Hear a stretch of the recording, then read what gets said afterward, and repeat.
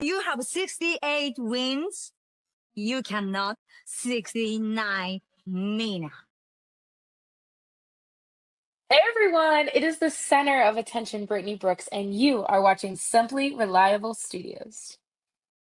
Come on over, Simply. I'm being upset. See, earlier I said something stupid to him, and now this is my receipt. Okay? Sabu's just sabotaging you. Yep. He sure did. Hijack. Yeah, he's taking over. Hijacking is a better word. You're right. Good luck. What up, everybody? This is the People's Babushka, and you are watching Simply Reliable Studios. Shout out to Simply Reliable Studios making their Symphony debut, sponsoring this match and the entire Dragon Kai demonstration. What's up, everybody? It is the hottest flame, the realest Hogan, the bionic baddie, Kiera Hogan, period, and you are watching Simply Reliable Studios. Say his name and he appears. I believe in Noah. I believe in Datula. The Meltzer of the multiverse. I know. Who the fuck wants to compare themselves to another? How much of a mark do you have to be? You couldn't even pick a professional athlete. You went with a fucking journalist? Grow up, man.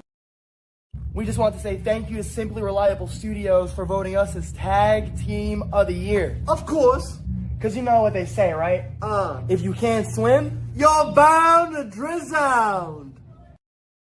Tonight, she is sponsored by Simply Reliable Studios from Orlando, Florida. She is everybody's favorite BFF, Izzy Marino. What is going on, everybody, and welcome to the weekly moderated insanity known as the Shenanigans here across the Simply Reliable Studios brand of channels. It is I, your moderator extraordinaire, the Renegade of Wrestling, JJ Williams, back in the hood seat, joined by the Island of Misfit Toys, the Simple Man Noah Foster.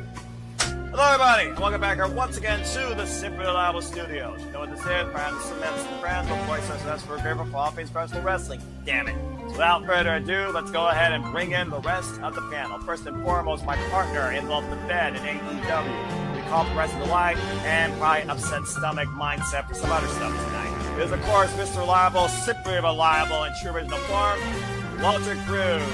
Ronda won in literally 17 fucking seconds. She tackled Gina. Gina fought a little bit. She turned to the side, got that armbar, and she tapped. Literally 17 seconds in the first round. Well, at least I know I can last longer than Gina Carano. We've got one half of the Canadian connection and a man who just got done doing some hockey coverage with the Stat Boy. Nick is here. What is up, sir? Why were you guys talking about boobies for 45 minutes? Theme of the week, today's. She's yours, she's mine, she's our Canadian friend, Ash. That's actually elegant and not fake. Hello, Ash, how are you? Enough is enough. I've had it with these motherfucking AEW wrestlers winning my motherfucking New Japan title. Make sure you tune in every week because you never know who's going to drop in to join the Shenanigans. We do have the man who started it all. Jeff Meacham is with us. I'm impressed with what's going on at the JCW. I'm happy for Russo. I'm happy for Vito. I am a viewer, again, when I can get home and sit my ass down for a half hour, whatever it is, and enjoy that shit. Popping out before midnight virtually on this app. It is my cohort as fellow gamer and crazy wrestling watching aficionado, Charles Schultz, will also be joining me tonight in the fray as I welcome you into the Shenanigans once again at the end of this fine Saturday.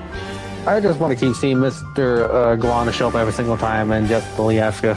I'm still agreeing with JJ. We still need that freaking multi-person puppet match. A puppet is not a competitor! Sex dolls are competitors if you go to the right company. Teleporting in via the morphing grid, our very own Pink Ranger is here. Everybody. You know, I know the firing of Scott Moore was controversial, but I feel like he needed to go in order for TNA to grow. Don't get me wrong, we had some good stuff under Scott Moore, but the company was just stagnant. And you know, look how much they've grown. If this is what it took for her to acknowledge some of my NXT talent, then I'm here for it. Because we know she doesn't work Tuesdays. So the fact that she watches Thursdays and is still getting exposed to my talent, like, hey, something happened, right? She told me the other night that Trick and A was some of the best stuff in TNA. Yeah, I actually really did like Trick and A. I was completely shocked and blown away to discover it was Chad Gable under that mask. I had no idea. I would have never guessed it. I never saw it coming. This was just mind-numbing. This was like the reveal that Juan Cena was John Cena. I never in a million years would have guessed that Chad Gable was going to be that match. Is Fleet ever going to lose that title? Well, you know, everyone can be a dickhead, but how strong a dickhead are you is the real question. I have a pretty strong dick. I'll take your report. Good night, everybody. Hopefully no one else heard that. Cool. What is going on, everybody, and welcome once again to the weekly moderated insanity known as the Shenanigans. Tonight, on a special Sunday evening, instead of its normal Saturday time slot, I am, of course, your moderator extraordinaire, the Renegade of Wrestling, J.J. Williams. I am not alone. I am joined by the other sometimes host when I am unable to be here at the outset, the simple man, Noah Foster. Hello. How you doing? I'm all right. That was quite a way to end the weekend. I mean, I still have a voice a little bit. I'm still awake. My proverbial 2-hour clock's officially started because I have work in the morning. And honestly, it was, like I said, for summer mid, it was at least above mid. Thoroughly enjoyed the weekend. Had some incredible moments. Some unique sets that I'm questioning about. And at the end of the day, I followed that saga of brothers since the beginning. And we witnessed what I felt like was the ultimate closure on truly the end of an era that I followed since day one, and I absolutely enjoyed it. Overall, feeling great. Hope you are the same, and hope everyone else is the same as well. Again, if you haven't already, subscribe to Rage of Wrestling. Dude, we're already at almost 200 viewers right now. The hell? 187. Jeez, you all are nuts, but thank you. Hey, we love it, man. We love it. I mean, again, shout out to Bossman Rift for allowing us to be on his personal YouTube and X account. I am almost willing to bet that is where the majority of people are watching us. Yeah, 164 on his X right now. And it doesn't matter what, as far as I'm concerned, though, I will say this. It doesn't matter the where. It just matters the who, and the who is all of you. So, again, thank you so much, and I hope you continue to follow us here if it's your first time at Super Reliable Studios and what we do with coverage, shenanigans, interviews, and other forms of entertainment, too. So, again, I humbly say thank you, because it's about you, and you all make it possible. Yes, and thank you, Nick, for the compliment there. Now get your ass in the stream. You've got the link. All right, JJ, let's let the freaking buffoons get their devices in order. Saying. I get that. I mean, you know, people might enjoy the show, the Simple Man and the Renegade once again. You and I once did this thing for 2 hours, and it was a success, so who knows? Maybe they want that. Stay tuned, by the way. It might be a simple session later on. Anyway, JJ, continue. Well, you know, I mean, I did make sure that everybody got the link. I even sent it to Charles. I sent it to Papagino. My brother, my fellow statistician, we break it down and bring you the scores tomorrow. And I did very well this weekend. You know, I mean, he's actually at a watch party right now, but he said that if he gets home and we're still on the air, then he'll come in. Cool. But, yeah, and Safed here, no one will ever forget Noah's greatest call ever in Simply Reliable Studios history. Will you stop that? I mean... Yes! Fucking yes! Sorry. Oh, I'm so happy. I am so damn happy. I pinned that, by the way, to my freaking X account, and I don't usually do that. I bet Aaron Rip's broken. I cannot wait to see Aaron Rip's reaction because usually Aaron Rip's so mild manner. He's monotone. He's not reactive. Well, he who shall not be named as a result of Chelsea winning will be on episode 400 of the No DQ review. It might be the last review we see Aaron Riff on. I'm just saying. You know, which episode 399 will be this coming week. So episode 400 will be the week after. So right. Just as a heads up, for those of y'all that know about He Who Shall Not Be Named. Don't say the name. He Who Shall Not Be Named will be appearing on episode 400 of the No DQ review as a result of that. Yes, freaking yes! Chelsea Green deserved it! Yes! Sorry, continue. Stop giving me a freaking Chelsea Green Tourette! Stop doing what? Yes! Fucking yes! Chelsea Green! Stop that! Look, it's very, very rare that I get you that excited over something Fed related. This is accurate. Excuse me in relishing in this, okay? Soak it in while you can. Bloody hell. All right, let's continue. Of course, we had 2 days of action. Ay. Yeah, so look, we're not going to sit here and run through every single match. That's going to take forever. Well, between me and you, it wouldn't, but considering who we might be dealing with, yes, it would. Well, and you would be on your own. But you're also going to be doing that tomorrow with Papa Gino. We usually do. Doing it with a simple session, you know. So it's like we don't want to beat it to death either. If you're going to be on the review this week, you're probably going to talk about it there. So, you know. But let's rewind back to night one.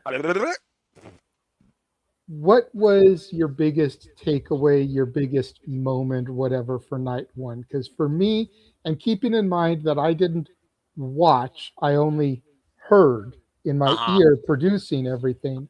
I'm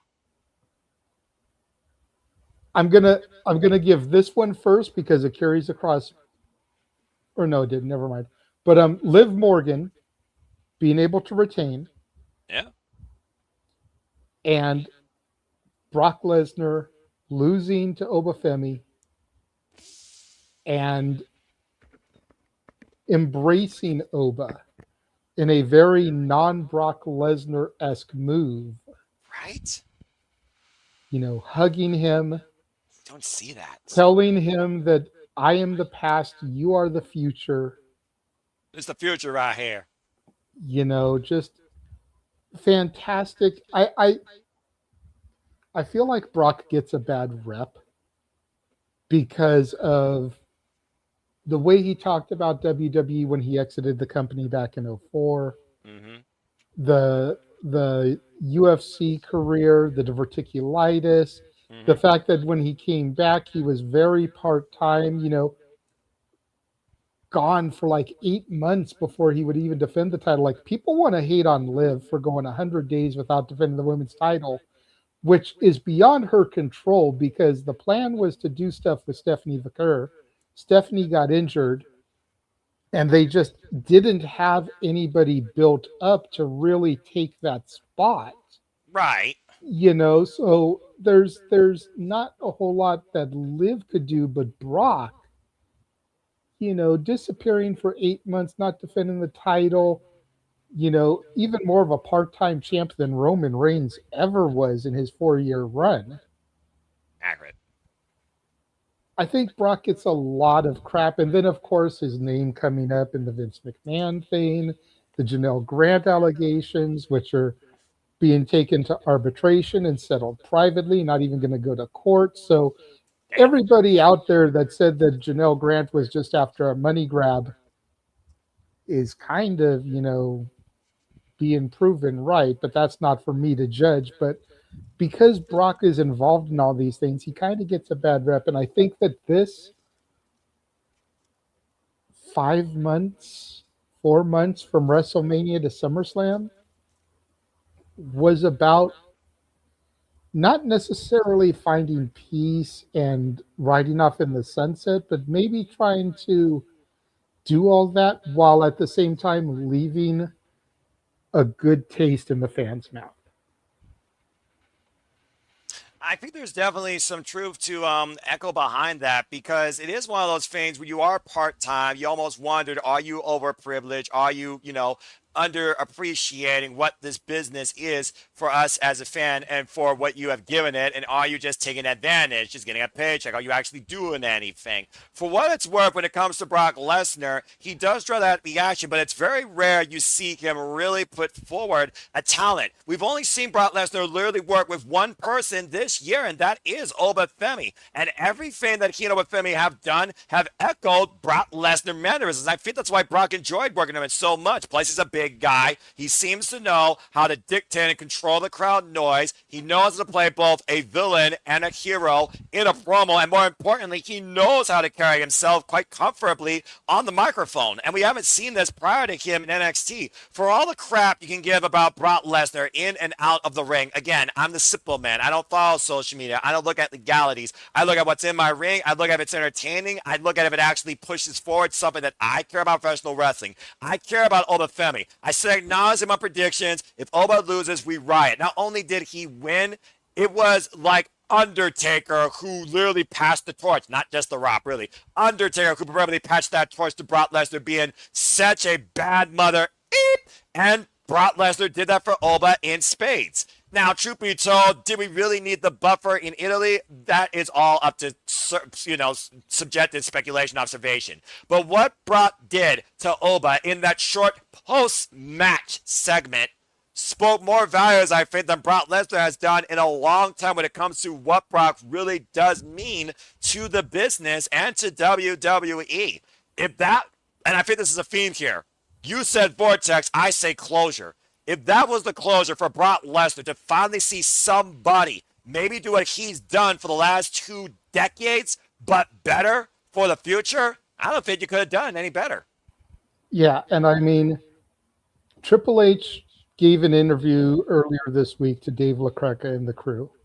Mm-hmm. And he said, and I'm kind of paraphrasing here, but he said, go for it. Brock Lesnar will probably suplex me for saying this.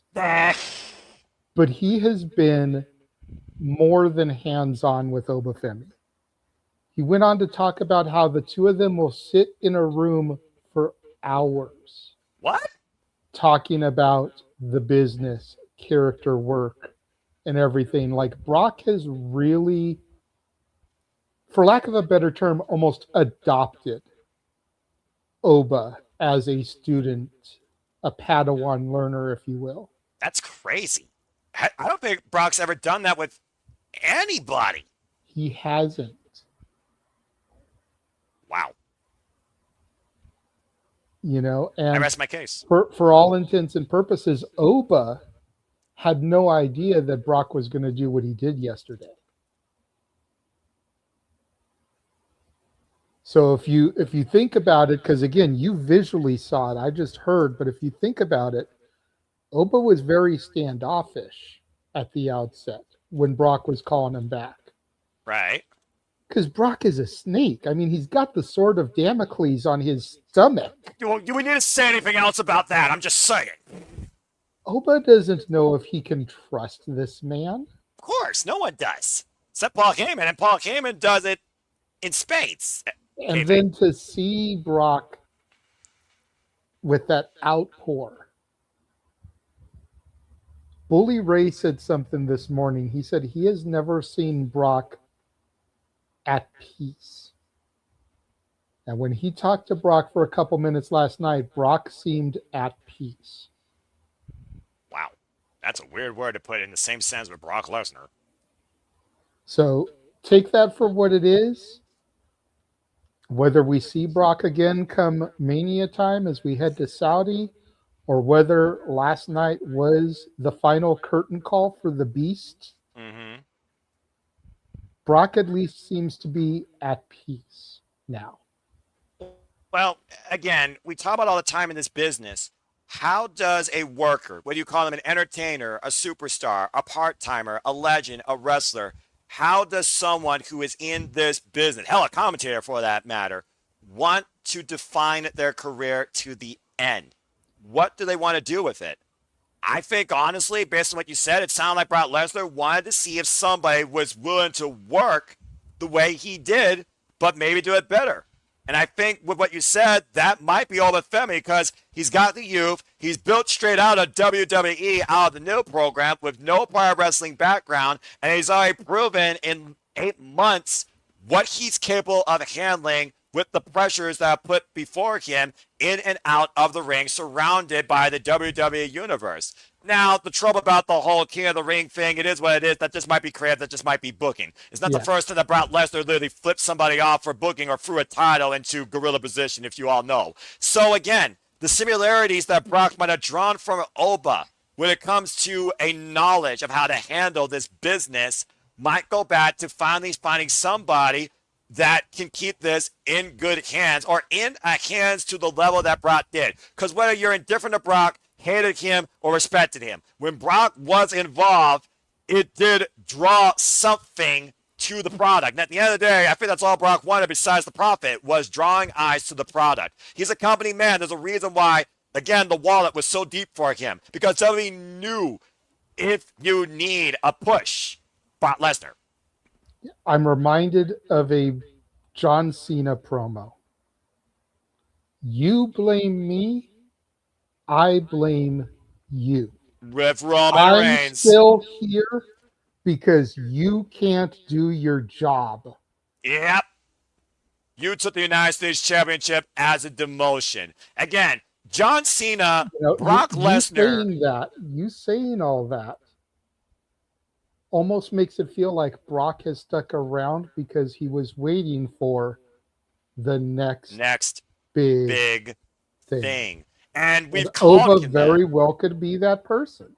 Yeah, and again, he got that cemented win at SummerSlam, the same way Brock did at the guy at the time in WWE, The Rock, who also wasn't a full-time guy. And this time it didn't even involve a championship. It involved Hell in a Cell, but still, you got the same type of outcome. Mm-hmm. Now it's just a matter of how Oba carries the ball. To have this trust is going to be an incredible amount of pressure for Oba Femi. He says he's ready, but it's easy to say that now. Will you say that down the line? We'll find out. Yeah. Crazy. Night one also had the return of Randy Orton. I didn't see that out of nowhere. Don't kid. I didn't see that coming. But we should have. Yeah. We should have known that things had been a little too quiet on the Viper front since WrestleMania. You're right. It's just one of those things, and I see Ash in the chat, watching the main event with her fam. She'll be here once it's done. I can't wait to Shout get out thoughts to on Cody. our Canadian friend. Ash. Subscribe. But Randy coming back was an interesting twist, because Randy has gotten to the point, and I thought about this when hearing Nikki Bella give an interview this morning. We are in an era where there are people, because they've been around so long, because the fans love them and adore them so much, they just can't get booed. Randy Orton, for all intents and purposes, should have been the heel going into WrestleMania. Right? But he wasn't, because everybody loves Randy. This is 2026, not 2009. Yeah, when he was the most vindictive bastard on the roster. When he was only 7 years into his career. Which is crazy in itself. Now Randy is a veteran. Yeah. A grizzled veteran. Nikki Bella, kind of the same thing. Her and Bree stomping the shit out of Paige, but getting cheered. Yeah, there was that proverbial polarization, although I still feel like there is still more of a stagnant, off-centered with the Bellas and most fans when it comes to, certain demographics. Definitely, and it always sucks because one of them gets healthy and then the other one gets injured. I think that the proverbial twin curse is if one's injured, the other one has to work. If the other one's working, the other one gets injured following that. And Caitlin Bella, shout out to Caitlin Bella, our fearless no DQ queen. She and I had a conversation about that, and she literally echoed your sentiment. Why can't these two have their moment together in the ring? That's what they wanted. And unfortunately, it sounds like we're back to that again. That's the whole reason they came back. And I think that's why the fans were cheering so much yesterday. Is like the fans, just as bad as Nicole and Brianna Garcia, want to see the Bella Twins as the tag team champions. Just for a moment. It's the moment. They haven't had it yet. And Paige just kind of got thrown in there because Nikki was hurt. Exactly, because they all defined that era together. And now Nikki is healthy to come back, but Brie gets hurt in the match. Hopefully Brie is okay. And yeah, I noticed as soon as that bump, I was like, oh, boy. So it's just like, the fans want to see the Bellas as tag champs just as much as the girls want to be there. So they're seeing this turn and they're like, yes, we're finally going to build to that. It's going to be the Bellas and Fatal Influence for the belts, and we'll finally get the Bellas as champs. And at least not for a while, because we're still waiting to hear how serious Brie's injury is. And with the whole thing with Paige, like you said, it could be a proverbial swerve in that pursuit with the return of maybe AJ Lee. And I've seen AJ Lee, Paige, and Bailey at a Fanatics clip. And again, those three are the best of friends, if not with the Bellas, because all five of those women defined an era, the end of the Divas era, with the one woman that wasn't a diva and the anti-diva, which is what I call Paige. So it's just one of those fades where, again, perspective, subjective, observative. I look at it like this. When those belts were first made, it was meant for the Bellas. They were the only realistic team at the time on the roster. They're sisters, for Pete's sake. I'm just saying. They're literally twins. But they never got that moment. And every chance you thought they were going to, one was gone or one was injured. Here we had Nikki Bella going into WrestleMania. You thought was going to happen. Nope, crutch. And then you got Paige out of nowhere. Again, great moment. The problem is with these moments, the momentum does not seem to follow in what they want to do or what the fans, moreover, want to see them do. And I think that's where the disconnect comes from, because that's what causes the fans to be upset. And it's not with the talent. It's with the creative. Yeah. So I wish Brie Bella all the best. And if there's one thing I've learned, as long as I watch WWE, you don't freaking trust the Bella Twins. Nope. And that was what Nikki was saying, is like, she was trying to bask in the boos of the crowd. She loves talking about how long she's waited to hear that, because you're right. She adores that. But again, we're in an era where so many fans respect what Nikki and Brie have done in this business. It's just so hard to boo them. Yeah, I don't think in this And day and I age. have never been a huge Bella guy. Me neither. I won't sit here and talk trash about them the way I do about Mercedes or Candice, but I won't sit here and overtly praise them either. Me neither. You know? Yeah, you draw that thin line between the reality of the character you're seeing versus the person that you're watching literally live out their dream. And again, Nikki Bella, she's that bitch of the Divas era. Of course she wants that again. But in this stagnant day and age, if you draw that level of respect and recognition for who you are based on who you are outside that freaking character role, you're not going to get booed. It's just not happening anymore.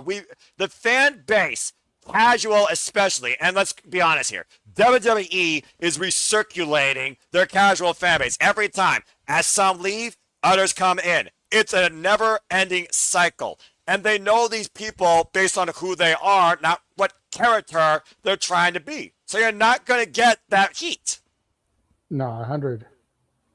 100. And, to Nick here, asking, what about the independents this weekend? If you'd like to talk about the independents from this weekend, you know where to find the link, good sir. We're going to keep talking about SummerSlam and you're more than welcome to come and talk about that stuff. That's what Shenanigans is for. It's the let's free not form. let's not forget it was originally called Open Mic Night, And where of course, people could talk about whatever they wanted. And of So course, if you want to talk about the independents you've seen this weekend in our absence, you know where to find the link.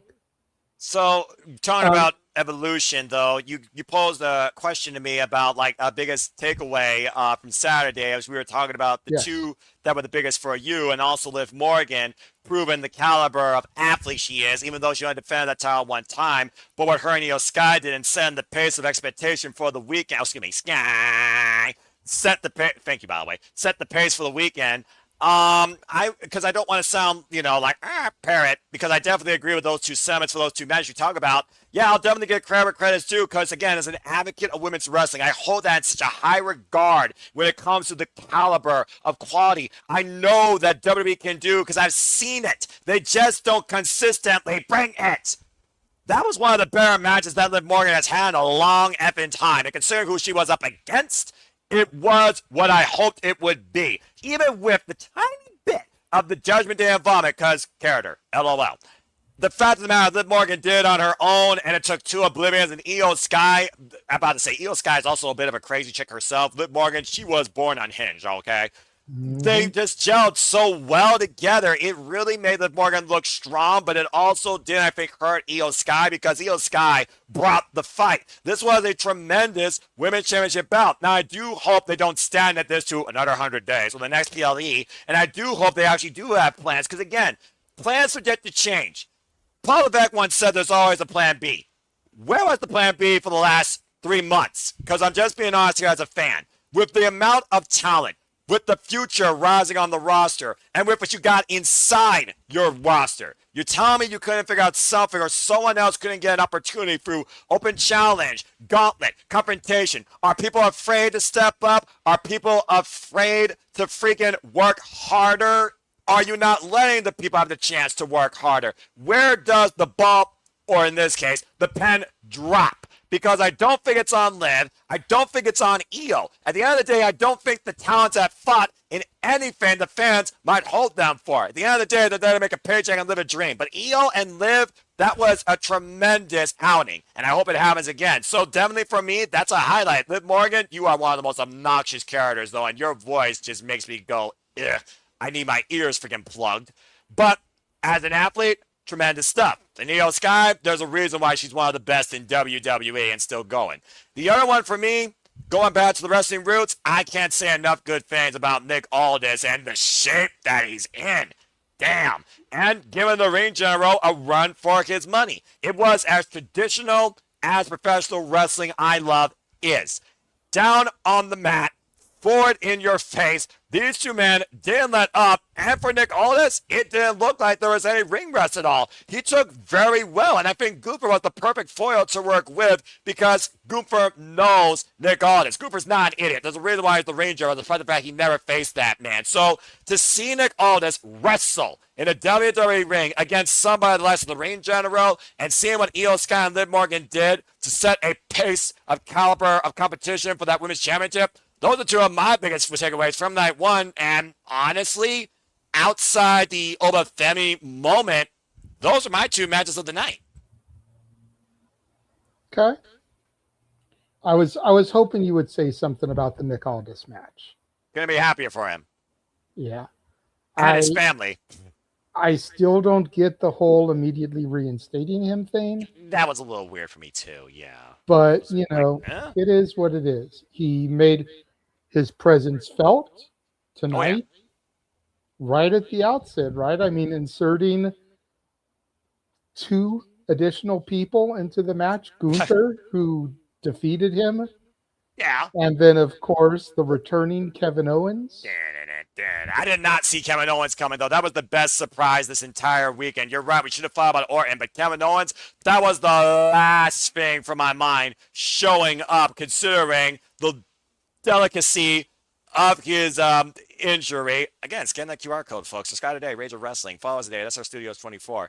And again, oh, by the way, how much did they freaking pay for Oasis? So let me get this straight. You can afford licensed music, at least for one night at a pay-per-view. But you're telling me you can't make Def Rebel build something with more character and personality, or actually co-work with licensed artists for most of your top superstars? Again, different conversation for another day, but I just Look, gotta, put that they little jab in probably there. just did it because they knew it was one night only. I'll give you the benefit of the doubt for that. Okay, I'll give you the benefit of the doubt for that.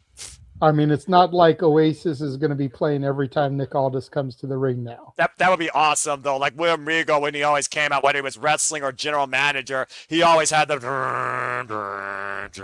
But yeah, Underrated theme. I love that song. I love that. It commands respect. It commands also a villain's coming your way that's not taking any shit. I feel like that should be my theme. That being said, plus suit game. Always respect that Nick Aldis still best suit game. But yeah, seeing Aldis take Sunday immediately, and I'm like, huh?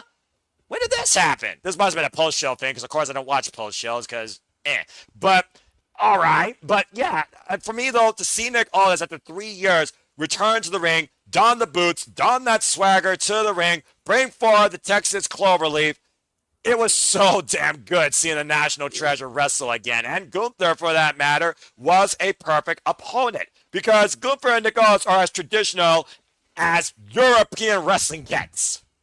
Hey, just keep Ben Gates away from him. I get that. But yeah. Wait, I didn't think you watched movies, sir. I've seen enough movie trailers to understand some stuff you actually talk about. Okay, fair enough. It is what it is when you're surrounded by the world, when you hear every different song in an Uber or a Lyft, and you see every sort of movie trailer because your mom watches dramas for every channel outside a Roku box. When you walk past the room, it's like, I'm surrounded by this stuff, and I don't want to be, because I only care about wrestling. Damn it. Anyway, although I have been in some Lyft rides where they actually listen to Busted Open, so those drivers are cool. Anyway, but yeah, and again, the Gooper edition, I can understand. Think about it. Humble in combat. We saw our differences in the ring. You want your rematch, you can get a chance to earn it. And you gave him a chance. But I did not expect a fourth man. That completely flipped the script. Anyway, but that was Saturday. Well, and that brings us forward to Sunday. But before we get to Sunday, which we just called, let's go ahead and take a second. We're going to run our watch along trailer, which is slightly out of date, but not as bad as some of the other ones, you know. Exactly. We will be right back after this. And now for a taste of things to come.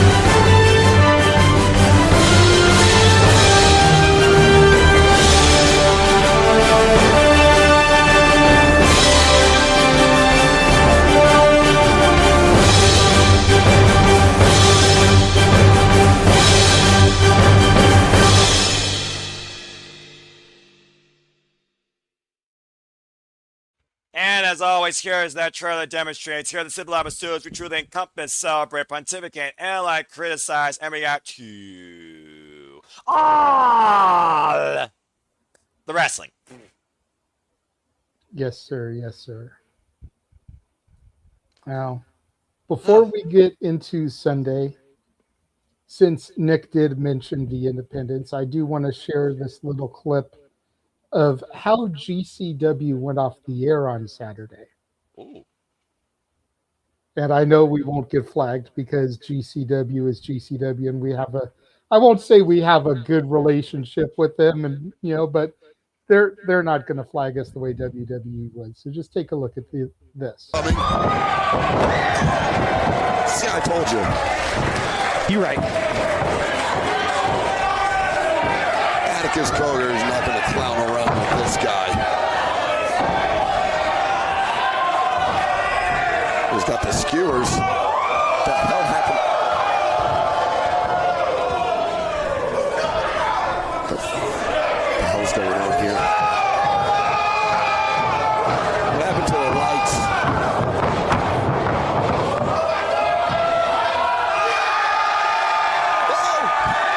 He's here! Joseph Sawyer is here in GCW. Atticus Cogar. Say his name and he will appear. And Mose, I have a feeling like homecoming just got real interesting. We'll catch you tomorrow afternoon. GCW versus First. Joseph Sawyer standing tall.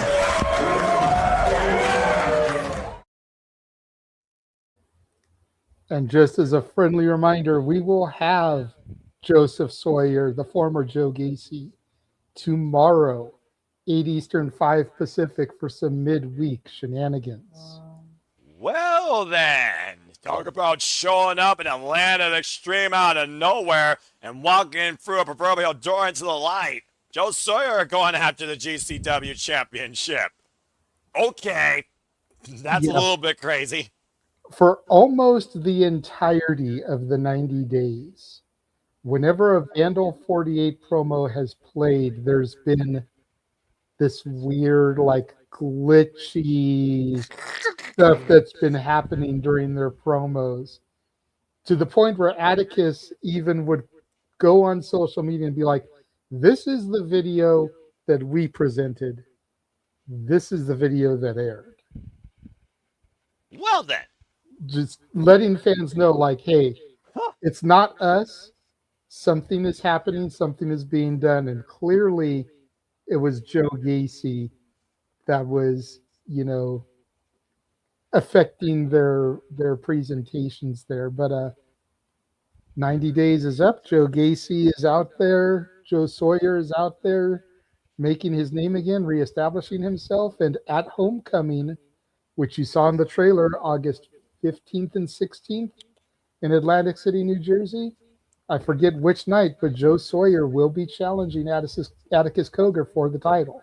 He might need more than just himself against those Vandals. I'm just saying. Hey, I know that there's a lot of friends on the indies too right now. So him and whatever Dexter is going by these days, I don't know if he's going by Sebastian Shaw, I think was his old name. Correct, yes. I'm not sure if he's using that or if he's come up with some other gimmick now, but they did team up together last weekend, so Eric who Redbeard is knows? another one. Yeah, that's a good point. Eric Redbeard is another one to think about. Of course, former WWE Tag Team champions. There's definitely some potential there for a little bit of newfound faction warfare to develop in GCW, and we all know how far they take that sort of thing. All right, then. Yes. Look, welcome to GCW, Joseph Sawyer. Good luck.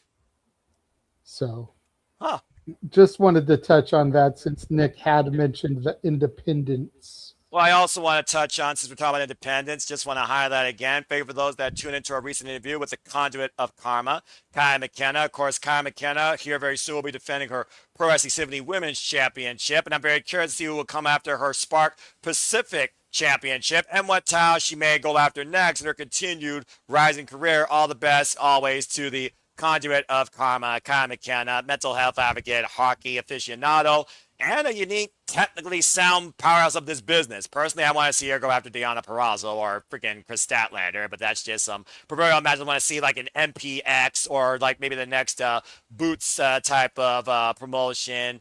I just think Kai McKenna has a lot. Gabby Forza, Jody Fred, I want those three as a trio. I mean, I see a lot for Kai McKenna. I really do. I do too. And again, to your point, go back, check out our interview. 2 hours and 45 minutes, damn near 3 hours we did with her this past week. Just conversating, not even really interviewing, just chatting with an old friend. I love that. Take care, Kaya.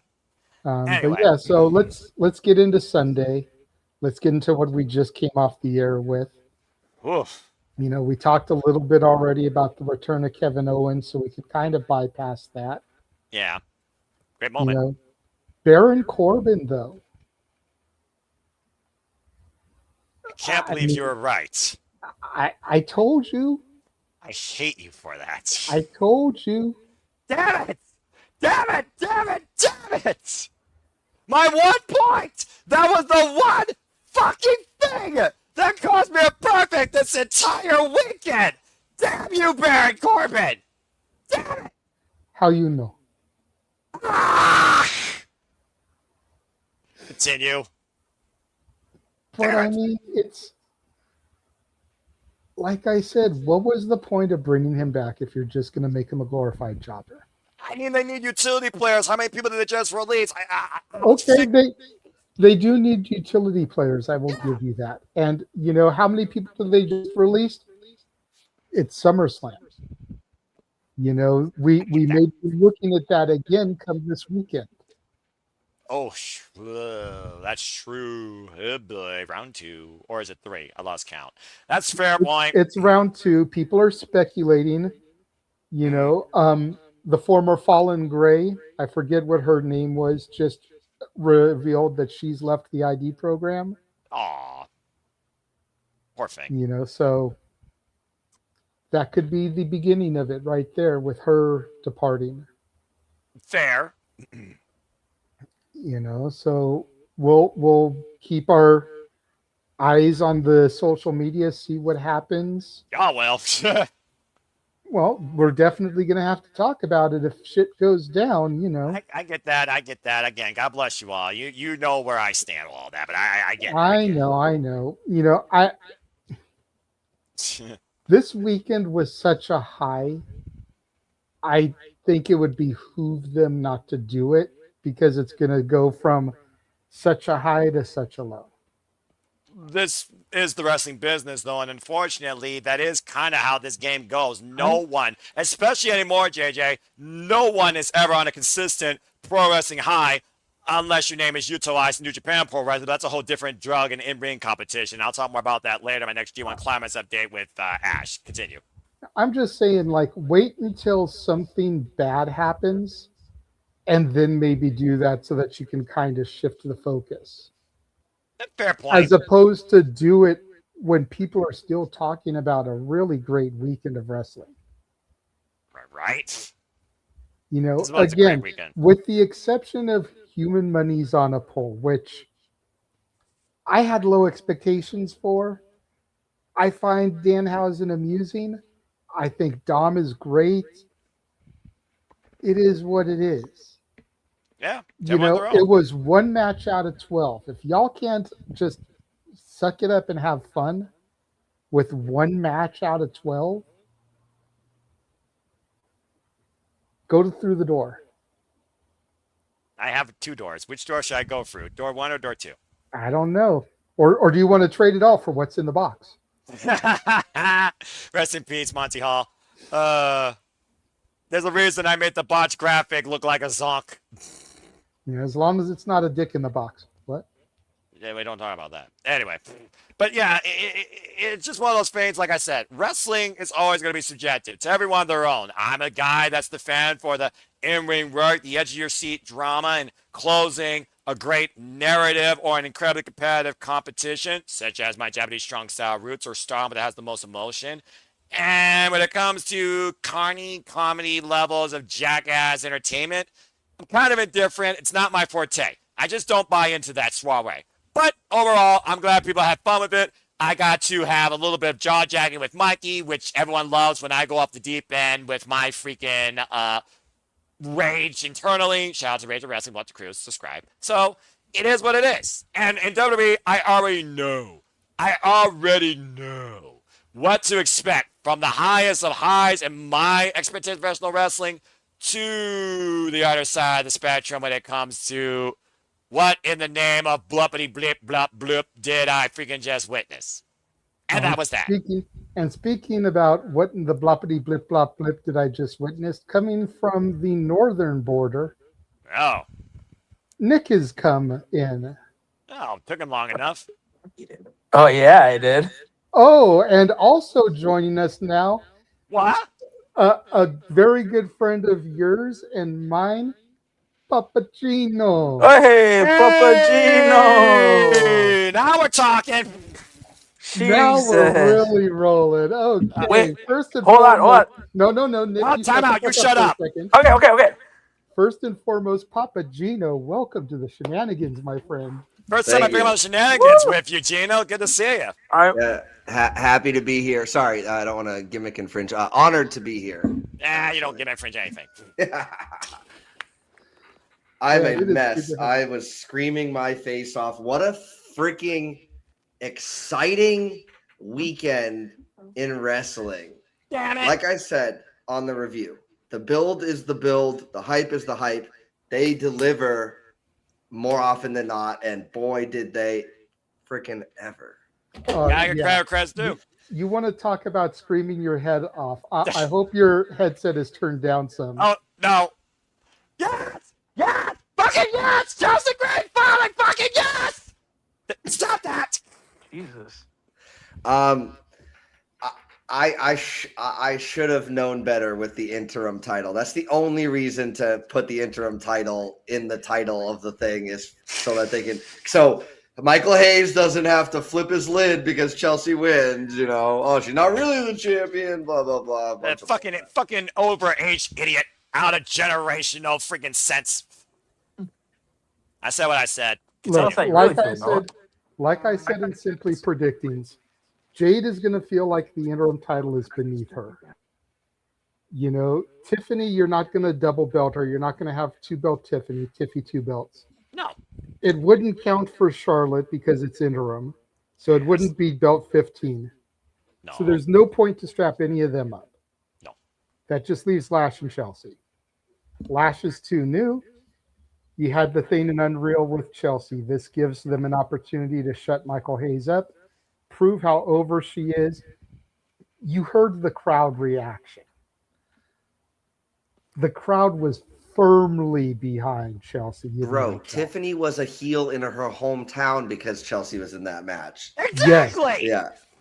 And Chelsea is the 4th Canadian to be a woman or Divas champion. I love that. Trish, Maurice, Natalia, and now Chelsea. I'm so damn happy. And don't forget, the man who shall not be named, because I put it in his head, he did not think Chelsea was good. He's going to be returning on the other channel. So, holy cow. I'm pretty sure Aaron broke. Yeah. And really quickly, speaking of Chelsea and Canadians. Oh, here we go again. She's yours. This is longer than what I usually do, but I guess it works. But he made it up freaking Sona. She wears the hat! Brilliant! And how as we trust! Damn it! Oh, hello, Ash. How are you? I'm good. I had a visit with my dad these past 2 days. He watched SummerSlam with us. Oh, That's awesome. Ash, Papagino, Ash. You know, what up? Nice to meet you. I've seen you on the show a whole bunch. It's nice to meet you. I've seen you on the No DQ review. You do a good job as moderator, by the way. Thank you so much. That means the world. Thank you. Yeah, there we go. Now we got the pleasures out of the way. Let's get back into the wrestling. So we're talking about Sunday right now. You know, we'll go ahead, you know, and I know Nick didn't watch any of SummerSlam because he's a lame-o like that, but just real quickly, we'll run, you know, Jey Uso, we'll run it back for Saturday real quick. For Gino and Ash, what were your big takeaways from Saturday night? Like what really hit for you? Oh my God, did I love Nick Aldis versus Gunther? Yes! My match of the night. Yes! Yo, Nick coming out to Oasis? I'm like, wait, what? I did not expect that. I was expecting Def Rebel to screw up his National Treasure theme. So damn glad I was wrong about that. I was just like, how the fuck were they able to fork the money for goddamn Oasis? You realize how much money WWE had despite the fact TKO still has them by the throat? Come on now. Do you realize how stingy WWE is? Yeah, that's true. To that point, it's probably cheaper to rent a song for one night than have to have CFO or Town Def Rebel make a song for Nick Aldis that sucks. You know, I'll give you that. Probably accurate. Yeah, I'm gonna endorse that comment right there. That's accurate. Continue. Yeah, I also loved Io versus Liv. That was surprisingly a good match because I love Io. She is one of my wrestlers who always puts a smile on my face, no matter who they're wrestling. I just love seeing them wrestle. I've called Io the best bell-to-bell wrestler right now on the women's roster right now in WWE. She is that damn good. Look, there's a lot of people on WWE radio across all the different shows that are saying she might be one of the top 5 wrestlers in the world right now. Not women wrestlers, wrestlers, period. I love that analogy, and I'm not going to argue against it. I fully endorse that outlook. I agree. You know, putting her on a level with an Osprey, with an Omega. Oh, God. You got 3 others to put in there as well? Let's see. Let me look at New Japan Pro Wrestling. Maybe Shingo Takagi or Saya Kamatani. As far as America, woofa. There's a lot, but I don't know if they're on that level. Maybe Athena, because even in Ring of Honor, she has had more defenses and proving grounds combined than Roman Reigns' 2 title runs so far. So that'd probably be the other 3 I add, just off the top of my head. Anyway. Fair enough. I look at wrestling on a global scale. You gotta consider that. Yeah, we love that. Ash, any more thoughts on Saturday though? Punk versus Cody was not that bad. For something I didn't really care about, to be honest, because they didn't really give me much to care for. Well, because we know Cody's like your all-time favorite wrestler. Cody, she's a Cody fan. She loves Cody Rhodes. Isn't that No, right? I can't get enough of the American Nightmare. Golly, give me more of them, please. So you're the reason he won't turn heel. Got it. I'm just kidding. He loves Cody as much as Advocate loves Yoda Tsuji, and if you know, you know, folks. If you know, you know, folks. Even I understand that. That's funny. Well, as far as Saturday for me, leaving Saturday and coming into Sunday, people were like, Sunday's the worst card. Like night 1 is definitely going to be better than night 2. And we'll, obviously you guys are in the middle of talking about night 2. We'll get to that. But yeah, of course. If I freaking hear one more person, oh boy, if Dave, if you're watching, you're one of these people, because we had a watch party with Dave and a few of my local friends. We go to his house, we watch the events, and he was like, the Hell in a Cell was a waste. They didn't even use the cell, which is accurate, but like that doesn't mean it was a waste. Like, I enjoyed that match. Like, you needed, like, if this is Brock's last match, at least for a while, we'll know for sure if Saudi comes and goes and he's not on it. But if this is his last match, the aesthetic of Hell in a Cell is more than good enough. And okay, yeah, they didn't throw each other into the cell. They didn't get color. I don't think WWE wants either of their God mode wrestlers leading. So, like, to me, it made all the sense in the world. And I'm not one of these people that's like, well, the length of the match, blah, blah, blah, blah, blah. Like, I don't come to WWE for match length. Like, you go to AEW for that. Like, obviously, I come here for the storytelling. And boy, did we have that tonight. Holy cow. Yeah, I agree with you there. And to be fair, there was a bump in a table against the wall. So, I mean, the cell was used a little bit. Mm-hmm. And again, that's that aesthetic, that feel, that presence, like knowing they're locked in. I mean, yeah, would we have loved to have seen a CM Punk Drew McIntyre style match? Sure. But like, these two guys were just gonna, it's not about beating each other for the win, it's about beating each other up. And that's what they did. And it was fantastic. Sign me up. Well put.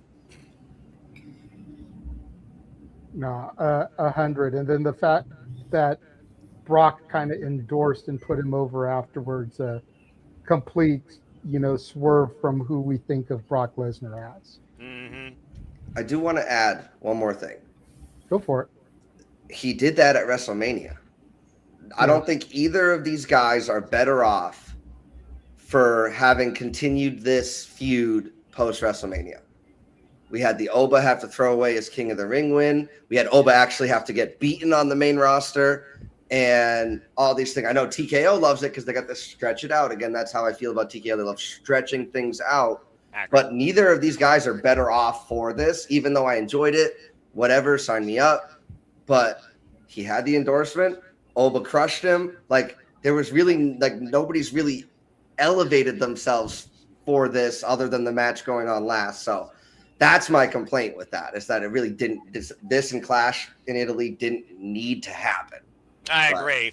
But, hindsight's 2020. They got 2 more matches out of Brock Lesnar. And as me and Jada talked about before the rest of the panel came in, it's one of those things where the fact that Brock worked this much with Oba, and apparently it's the first time we've seen him work with someone like this to this degree of trust and importance, shows how much Brock truly feels like we finally found the next big thing.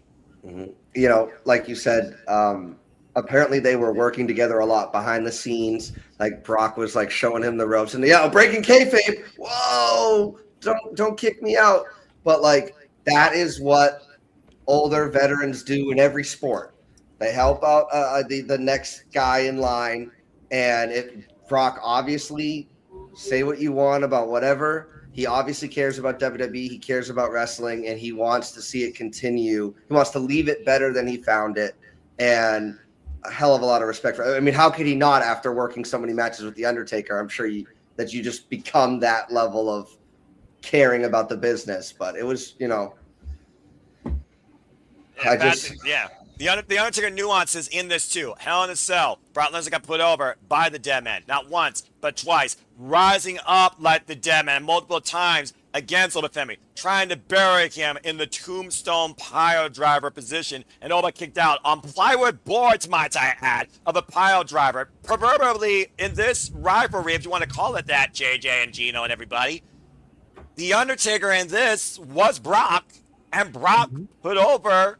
Or should I say Undertaker put over Brock Lesnar, in this case, was Oba. It was an echo chamber effect of a generational passing of the torch.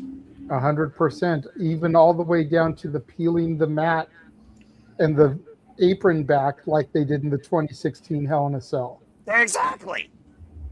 I just want to say, though. Little nuances. With the little things. With no knee pads, doing the tombstone, Brock is a freaking psycho animal, and I'm here for it. Yeah, thank fucking madman.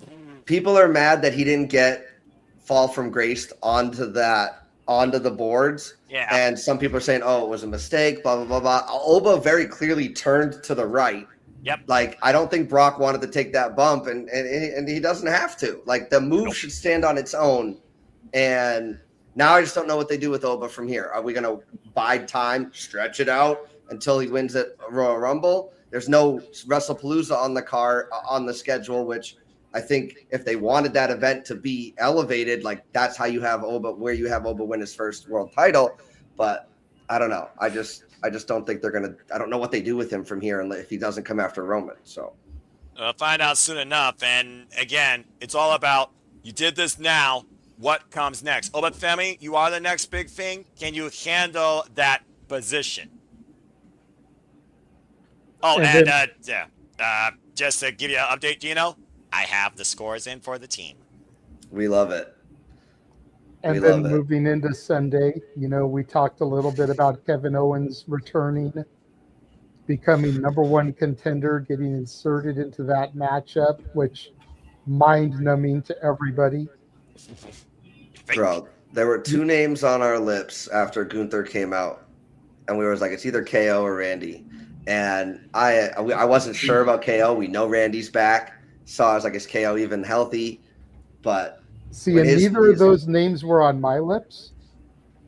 I thought it was going to be Oba because of how he sacrificed his title shot to get Brock, beat Brock the night before, So throw him in. Here's a way he can get his title opportunity back. Yeah, I would have been fine with that too. But Sammy's face would not have been as great if it was anybody else. That he literally didn't blink. He literally didn't change his expression until a quarter of the way through the match. He's just standing there like. He didn't get involved in the match at first. He just watched Kevin Owens go for Finn Balor beat the daylights out of each other. It was brilliant. What a way to start off a night two. Like, if you had any reservations coming into night two, like plenty of the people I saw online and plenty of the people I was watching it with, when you have the night start out with Nick Aldis having to shake hands with Gunther and put him in the match, I didn't know he was the GM again. I guess that was shown somewhere else besides the main product. It was part of the post show yesterday. That explains it. Yeah. That explains it. I don't watch that. He ripped up his letter of resignation. Gotcha. Because I did watch Kevin Owens' speech during the post show tonight because I wanted to see what he was going to say. He talked about the girl battling with ALS and how that helped him. Like, he would talk with her and like her inspiration to him helped him want to come back. Aww. And Big E and him shared a moment where there's like, were you like okay with that you might never come back? And it was like, I don't want to go into it too much, but I mean it was beautiful and Kevin's gonna be that white meat baby face, and when he's talking with CM Punk, the promo battles are gonna be insane. I just don't think he's gonna beat CM Punk. So. No. Yeah. Well, it's a first time ever one-on-one encounter. These two have never shared the ring, by the way, with each other. So literally, it's the first time ever. So you might get more out of this than you think, and you mimight get surprised for all we know. Because SmackDown's a clean slate, as far as I'm concerned. There's only one target for Roman. That's Oba. Yeah, and also, Punk and Owens are such good talkers. The promo battles they're going to have, they're going to be pretty solid. I hope we get a little bit of Kevin Steen some point out of these promo battles. Yeah, like indie style pipe bombs, whatever, bringing up the real stuff. Like, it's gonna be great. It's gonna be great. Dude, the only thing I want to hear Punk do is refer to one of Steen's old theme songs, which was the "Now You're a Man" from the movie Orgasmo. Oh my goodness, is that Matt Stone and Trey Parker movie? Yes. Yeah. Yes. Okay. Oh, JJ. I may have been a little young to watch that when that came out, so. Gino! Damn it, Gino, you freaking idiot! Thank goodness for Cinemax. What am I talking about? He used to use that for his entrance theme. Bloody hell. Wow. Anyway. I mean, did anybody realistically think after night one, which again wasn't super spectacular, but with the cards and everything like that, did anybody really think that night two was going to be better? No, not at all. Everybody thought that night one was star-studded. That was going to be the bigger night. Guilty. Oh, Ash did. I was one of those people. No, I was about to say I was one of those people where it's like, wow, night one's really stacked. Night two's got a hell of a jump following that up. Sarcastically. Yeah, it's like you look at everybody that's on night one, Liv, Io, Cody, Punk, Brock, Oba, and then you go to night two and you're like, Baron Corbin. Accurate. This is accurate. And it's just like, okay. Honestly, though, this is big. About Corbin, if you're going to pay and invest in somebody to come back to your company that you want to be a bad guy, what better way to do that than having him beat one of your big baby faces for a title that nobody thinks he deserves? Like, you're going to get him booed out of the building. Predicting. Damn it! Because that's the only one Noah got wrong in predictions. He picked Trick Williams and I picked Baron Corbin. I'm so mad about that! Because it seems so obvious now. It's like, duh. It was the first damn title he won when he first was involved in WWE. Damn it! When he hit the end of days, I was like, "There's no way they're gonna not protect this finisher in his first match back." Let's be real. The end of days is WWE's one winged angel. Let's be real here. Well, only one person's kicked out of End of Days, as far as I can remember, and unfortunately, it didn't happen here. And I was like, ah, crap. I was gonna Yeah, say it was- the end of days is about as predicted in WWE as the 3D is. 3D, not 1D. Okay, I'll give you I that. said with 3D on purpose. Okay, I'm just was getting my brain in check here. Okay, yeah, I'll give you that. All right, let me get the graphics here. So yeah, Noah and whoever makes the intro video for your guys' amazing videos every time you start them, if that call and that clip isn't in there, then I don't even know what's the point of having the intro at this point. That's gotta be in there ASAP. Rock. Wait, what clip you talking about? What clip you talking about? You guys start the show with like a bunch of clips of like you guys talking and doing your stuff and the like semi highlights of what you've done in the past. Like that one, like if I had a say, I would be like, insert here Noah's call on Chelsea Green winning. Yes, fucking yes, finally, fucking yes, Chelsea's champion, yes. Let's start that. Now, temporarily, yes, but let's enjoy the ride while we can. And she deserves. She yeah, seriously. I'm not saying she doesn't deserve it. I know you're not saying that. But Anyway. the sad thing though is that all of us are just accepting the fact that it's interim. She has to fight Rhea. She's probably going to lose to Rhea. But what if?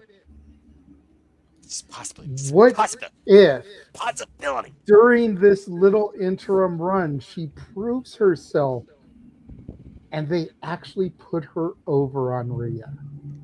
That'd be so fucking awesome.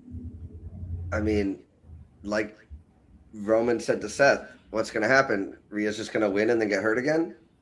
Damn. Damn, Gino. Shots fired. Shots fired. No lies detected, though. No lies detected. This is why you have stars to help make other stars, and Chelsea is a bona fide star. Pledge your allegiance. Well, sorry, this is We the People. Pledge your allegiance to Chelsea Green. You idiots. But yes. Wow. We stand on guard for she. Yes, we pledge our allegiance to the hot mess, don't we, Noah? In hot mess we trust. Yes, Chelsea, yes. Stop it, JJ. I can't tell if that, I mean, I know now that's the audio that you're using, but I can't tell if just when you put the picture up, Noah just starts screaming yes again. No, Noah does. I am not playing any audio. Noah literally starts popping every time. It's the moment I'm on a rant. I know he's going to bring up the graphic, and then immediately I'm going to go into my freaking Chelsea happy freaking stance because I'm so damn happy for Laura Van Ness. Dadgum. Woman I followed since Japan, since Ring of Honor, and of course TNA, which is the former the TNA Knockouts champion. Again, long overdue for Chelsea Green. Just saying.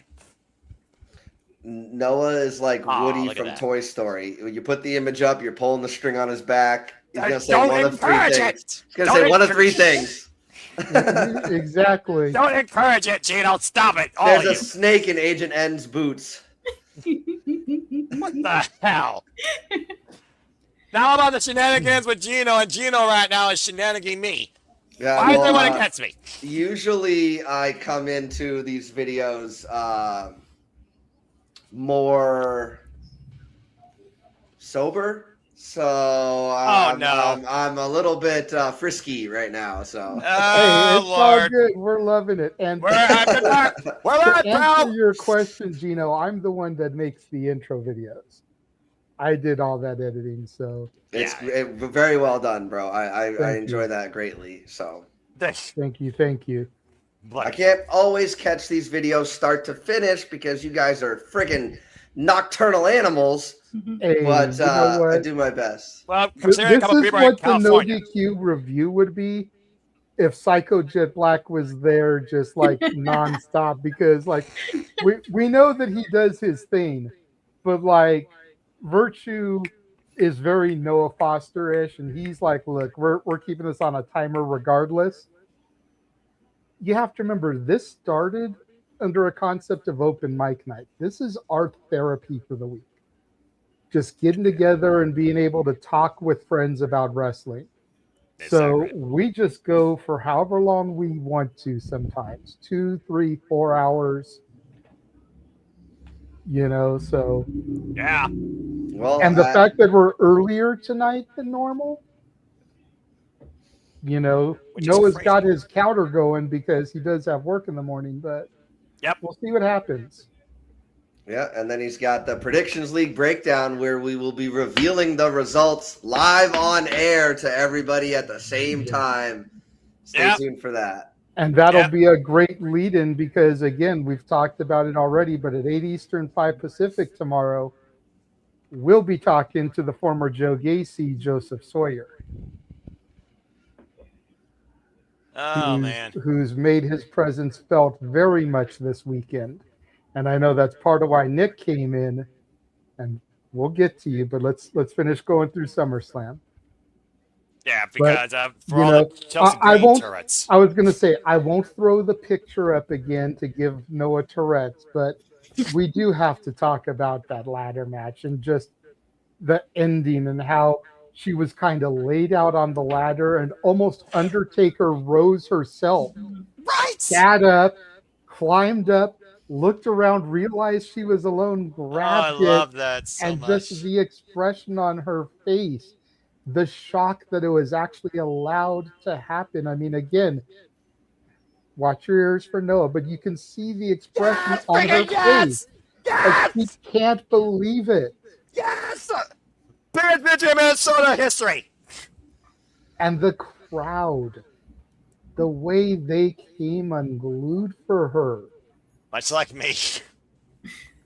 You know, I'm I'm sure we all could kind of see where it was going when she's hanging there and the other four women are up on the other ladders. I said to my boy, she's fit as fuck. She's going to sit up, show us those crunches have been paying off. I was waiting for her to slip off. Yeah, once the crowd realized, like, they're like trying to wake her up. They're like, "Come on, Chelsea!" And then she like came to, and it was just. I was gorgeous. literally on the edge of my seat telling Chelsea to wake up. I was preferably just trying to punch her or slap her in the face like the Louis Vuitton cell wake up like Piper Niven did in a previous life. And I love the callback, by the way, prior to the freaking freaking when she pushed Tiffany Stratton off the ladder, similar to the way Tiffany pushed Chelsea Green off the ladder 2 years ago at Money in the Bank, as JJ said toodles, and me and Kim were calling Tiffany Stratton's rise as TV Time got the Money in the Bank briefcase. I loved that callback so much. I mean, just listen to it.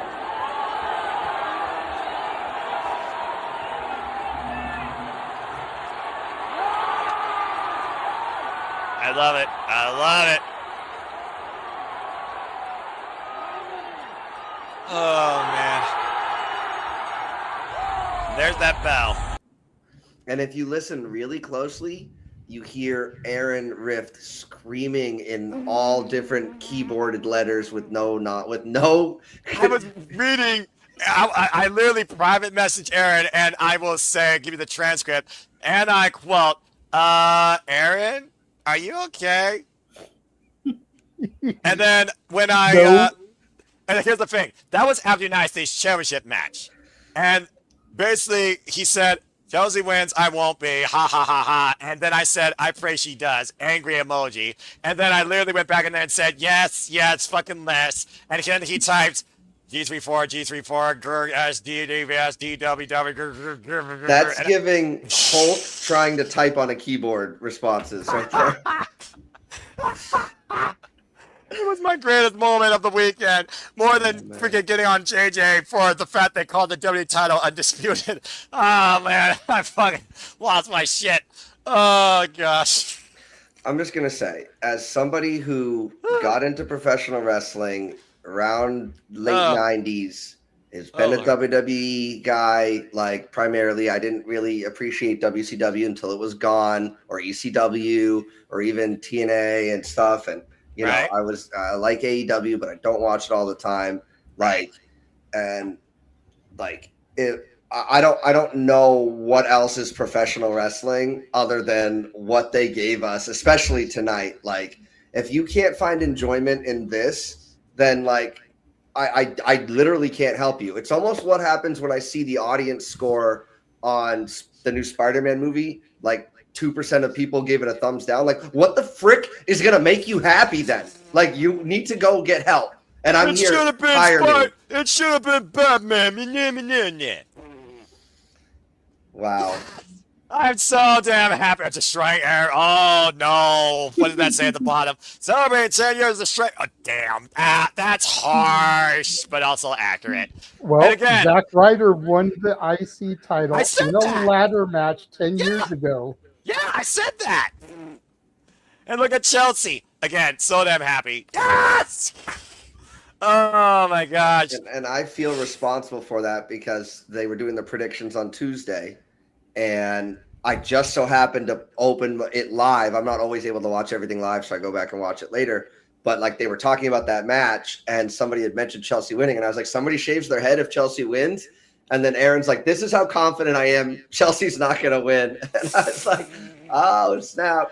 I wish said picked her. I said my mind was Charlotte, my heart was Chelsea, and again, y'all's forum on No DQ. It's fun to participate, but I love to moderate. I have my own forum, and guess what? It happened later. And this guy is a witness, and this bat's a witness. When I said in ad nauseum, fuck the chance for a point. No one deserves it more than Chelsea Green. I'm gonna die on that mountain. I'm going with that. Damn it, and I did.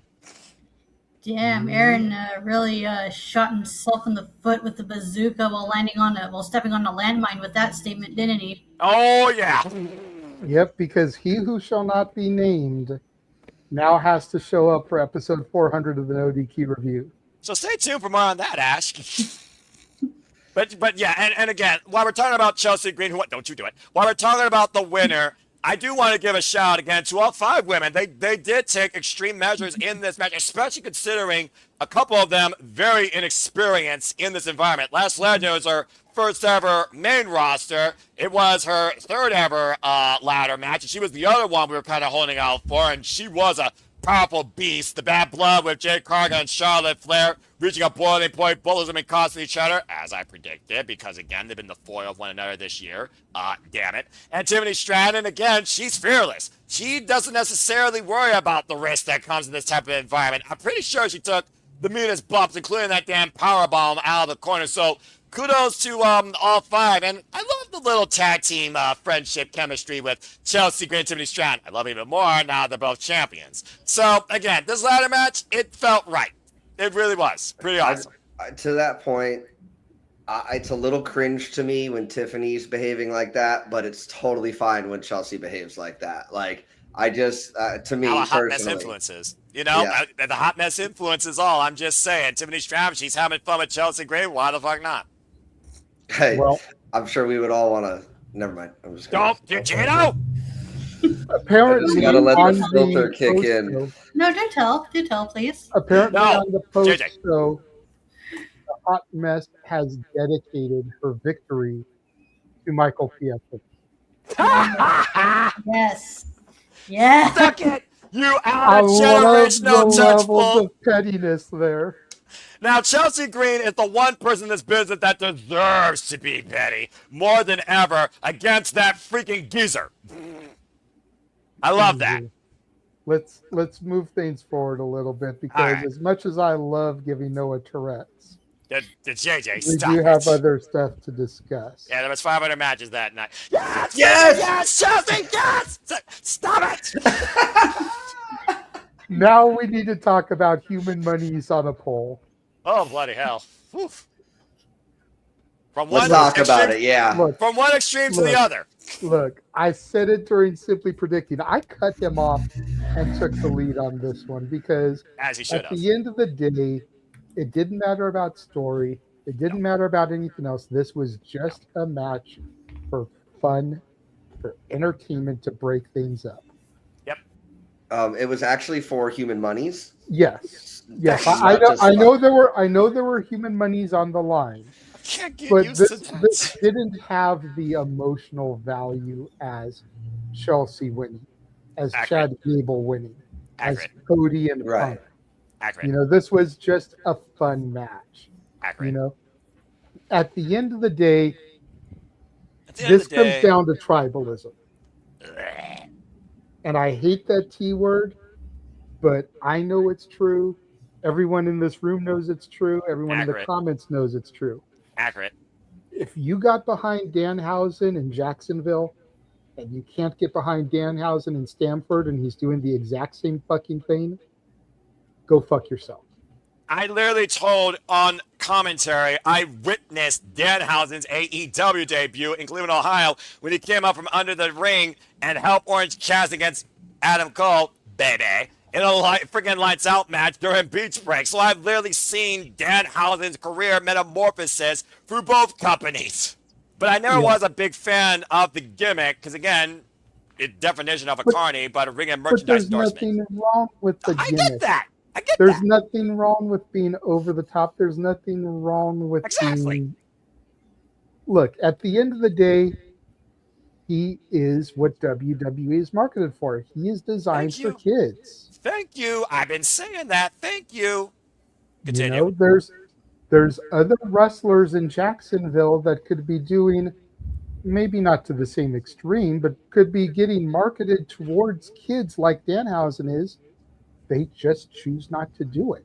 It's not their demo. It's not their target audience. Tony Khan doesn't care. He says, F them kids. We're here for the people who grew up in the Attitude Era and want that type of wrestling, and we're not going to change because we don't want to risk losing our base, which, again, is fine. I get it from a business perspective, but you have a guy like that walk out the door. You have a gal like Jade walk out the door. You have guys main eventing, Cody Rhodes and CM Punk, walking out the door, pushing some of them out the door. Or they almost pushed Jericho out the door.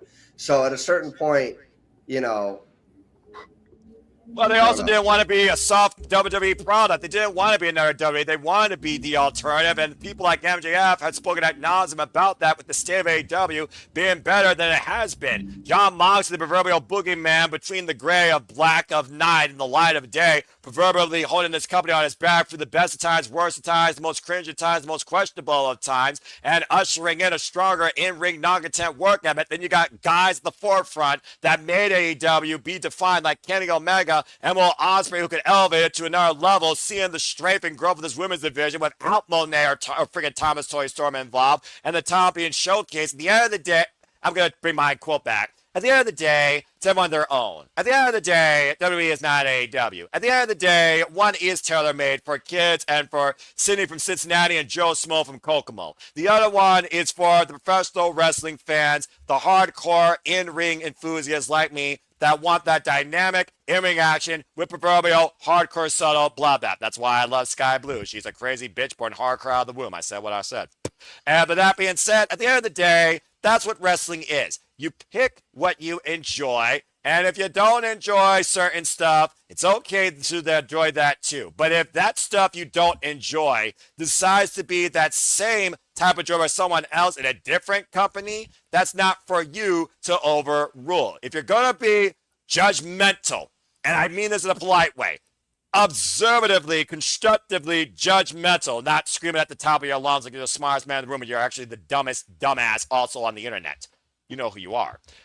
Then shut your mouth, turn off your phone, and get away from it all, because guess what?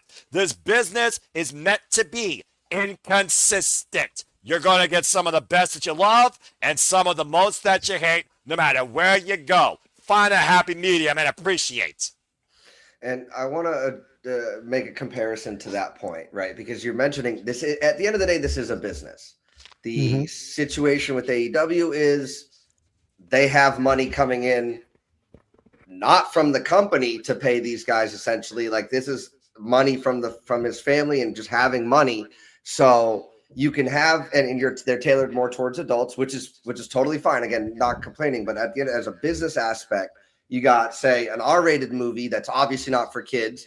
They don't usually make as much money as those things that are geared, PG-13 or PG for that kids and older people can also see. The fifth installment of the Minions, for example, because Lord knows they haven't run that in the ground like Toy Story or Shrek. Continue.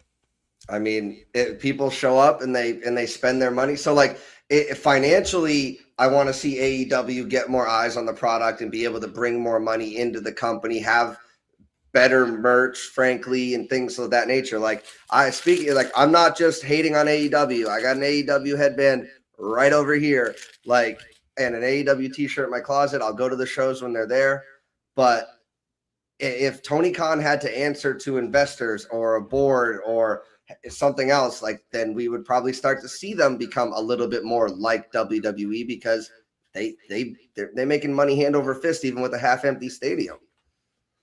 Exactly. But that being said, Metro Register program, Yes. Danhausen, and human monies, and money that is more fake than Monopoly if you all actually saw what was in that bag. But let's go ahead and bring people in tune to the feature attraction of the Carnival of Madness. That was a human monies on a pole match, now being demonstrated and narrated by the Renegade of Wrestling, J.J. Williams. Very nice, very renegade. Go ahead. I was just entertained by this from start to finish. You know, I think it might have been a mistake not letting Dom get the victory. How you know, you could have protected Danhausen because it wasn't a victory via pinfall or submission or anything like that. You know, and with Judgment Day shenanigans, like it would have been very easy. But like, I don't know. And then the run in, you know. The addition of the other guy. Don't say his name. Don't say what? Don't say it. Don't say what? Don't. Go Henry. Son of a bitch!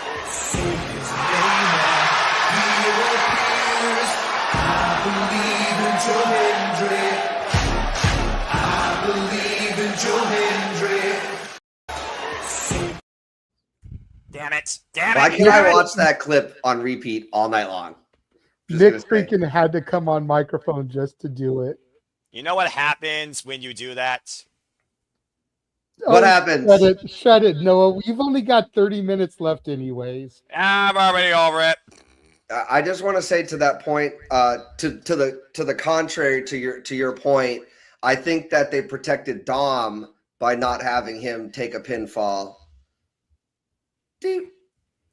I think they protected Dom by not having him have to take a pinfall. And to Noah's point, to the contrary to Noah's point, I mean, the value of what was in that bag went up tenfold when he started handing it out to people because they're selling that fake monies at the merch and online, but they're nowhere near as valuable as being given it directly after the match from Danhausen. So if somebody wants to put that money on eBay or whatever site, they could probably get a pretty penny for it because, like you said, Danhausen moves merch. And as somebody who went to the Superstore at Tampa at Backlash, dude, there was so much Danhausen merch. The mask, this chain thing that just says cursed, the shirts that says you are cursed, whatever city, which I don't understand why that would sell. Why would you want your city to be cursed? Makes no sense. So I didn't buy the shirt. My buddy did, and he bought the mask. And they're going to probably have Funko Pops coming out soon. Like, oh, bloody hell. Meanwhile, there wasn't a single EO or Asuka merch, not even Asuka's face paints, which I have a problem with, by the way. But continue.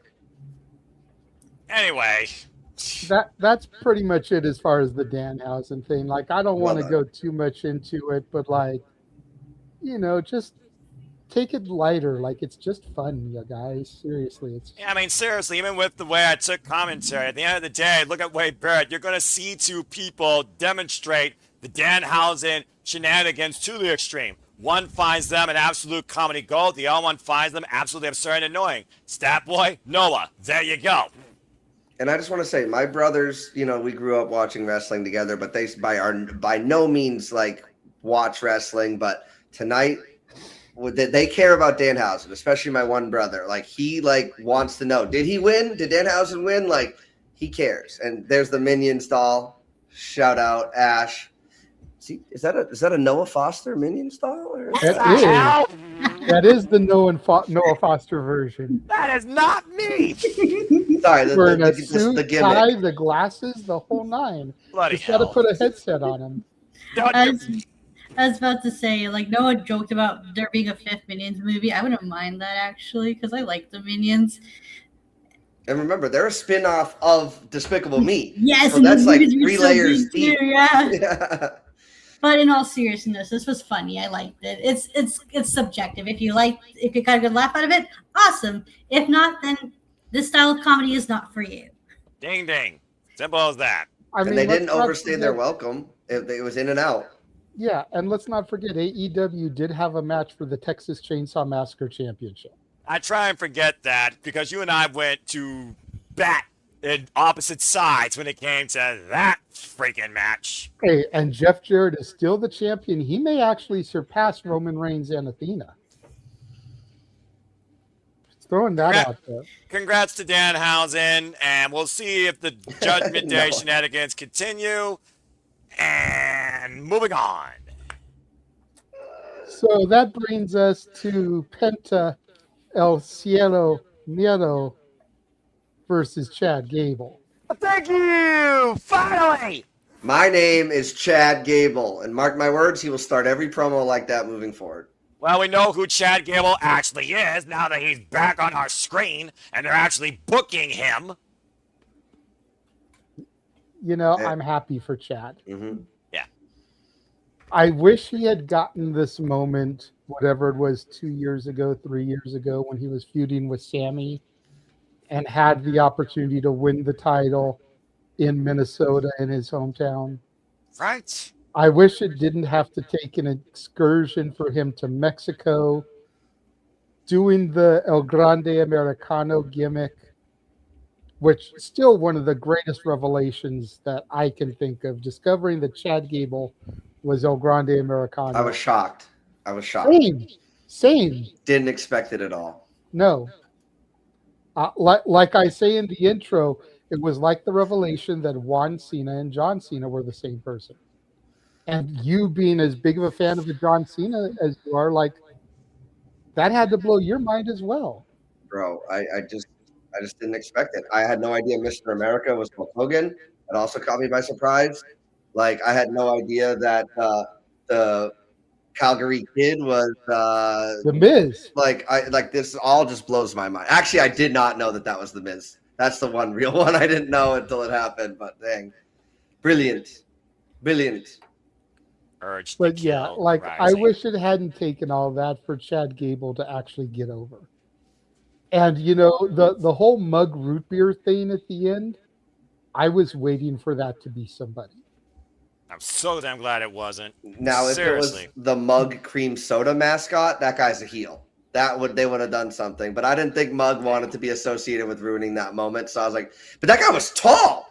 Like, I know Chad's not the tallest guy in the locker room, but like that guy who was in that suit was tall. He probably was part of the Minnesota Vikings football team for all we know, considering, again, Chad Gable, these are his roots. But I'm so damn glad he finally got his freaking moment. Long overdue to one of my favorite wrestlers, underrated in this company since the Black and Gold NXT. His first singles championship, nonetheless, either. A workhorse of his own class. And he was the one that brought Penta into WWE, introduced him back when he hated Lucha Libre and Luchadors. How time heals the freaking soul and you become humble. Absolutely an earned win tonight for Chad Gable. And thank you, Penta. Proving it, doing this the right way. And sure enough, slid out the ring. Oh, then what's the point of the ref bump? Well, you can't have that the chair spot, the what will he, won't he, without the ref bump. So that's why you have the ref bump.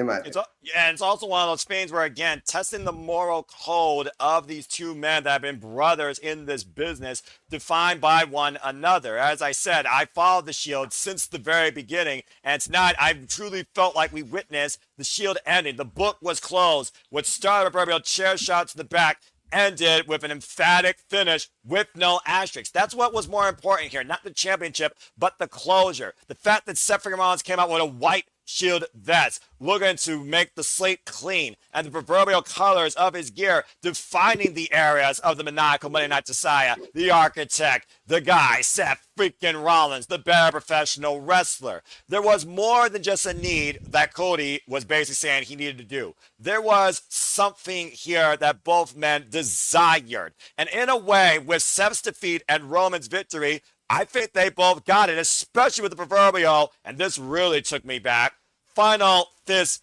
bump. The fact they even called back to Dean Ambrose, John Moxley, Dirty Deeds, Rebound Lariat was such a nice touch considering the bridge that man also had with those two. They are brothers in this business for life. They have truly led this business. Why one is literally redefining a professional wrestling company. The other two have become the two biggest superstars and wrestlers in their own mindsets and namesakes in WWE. But right now, truly, there is only one.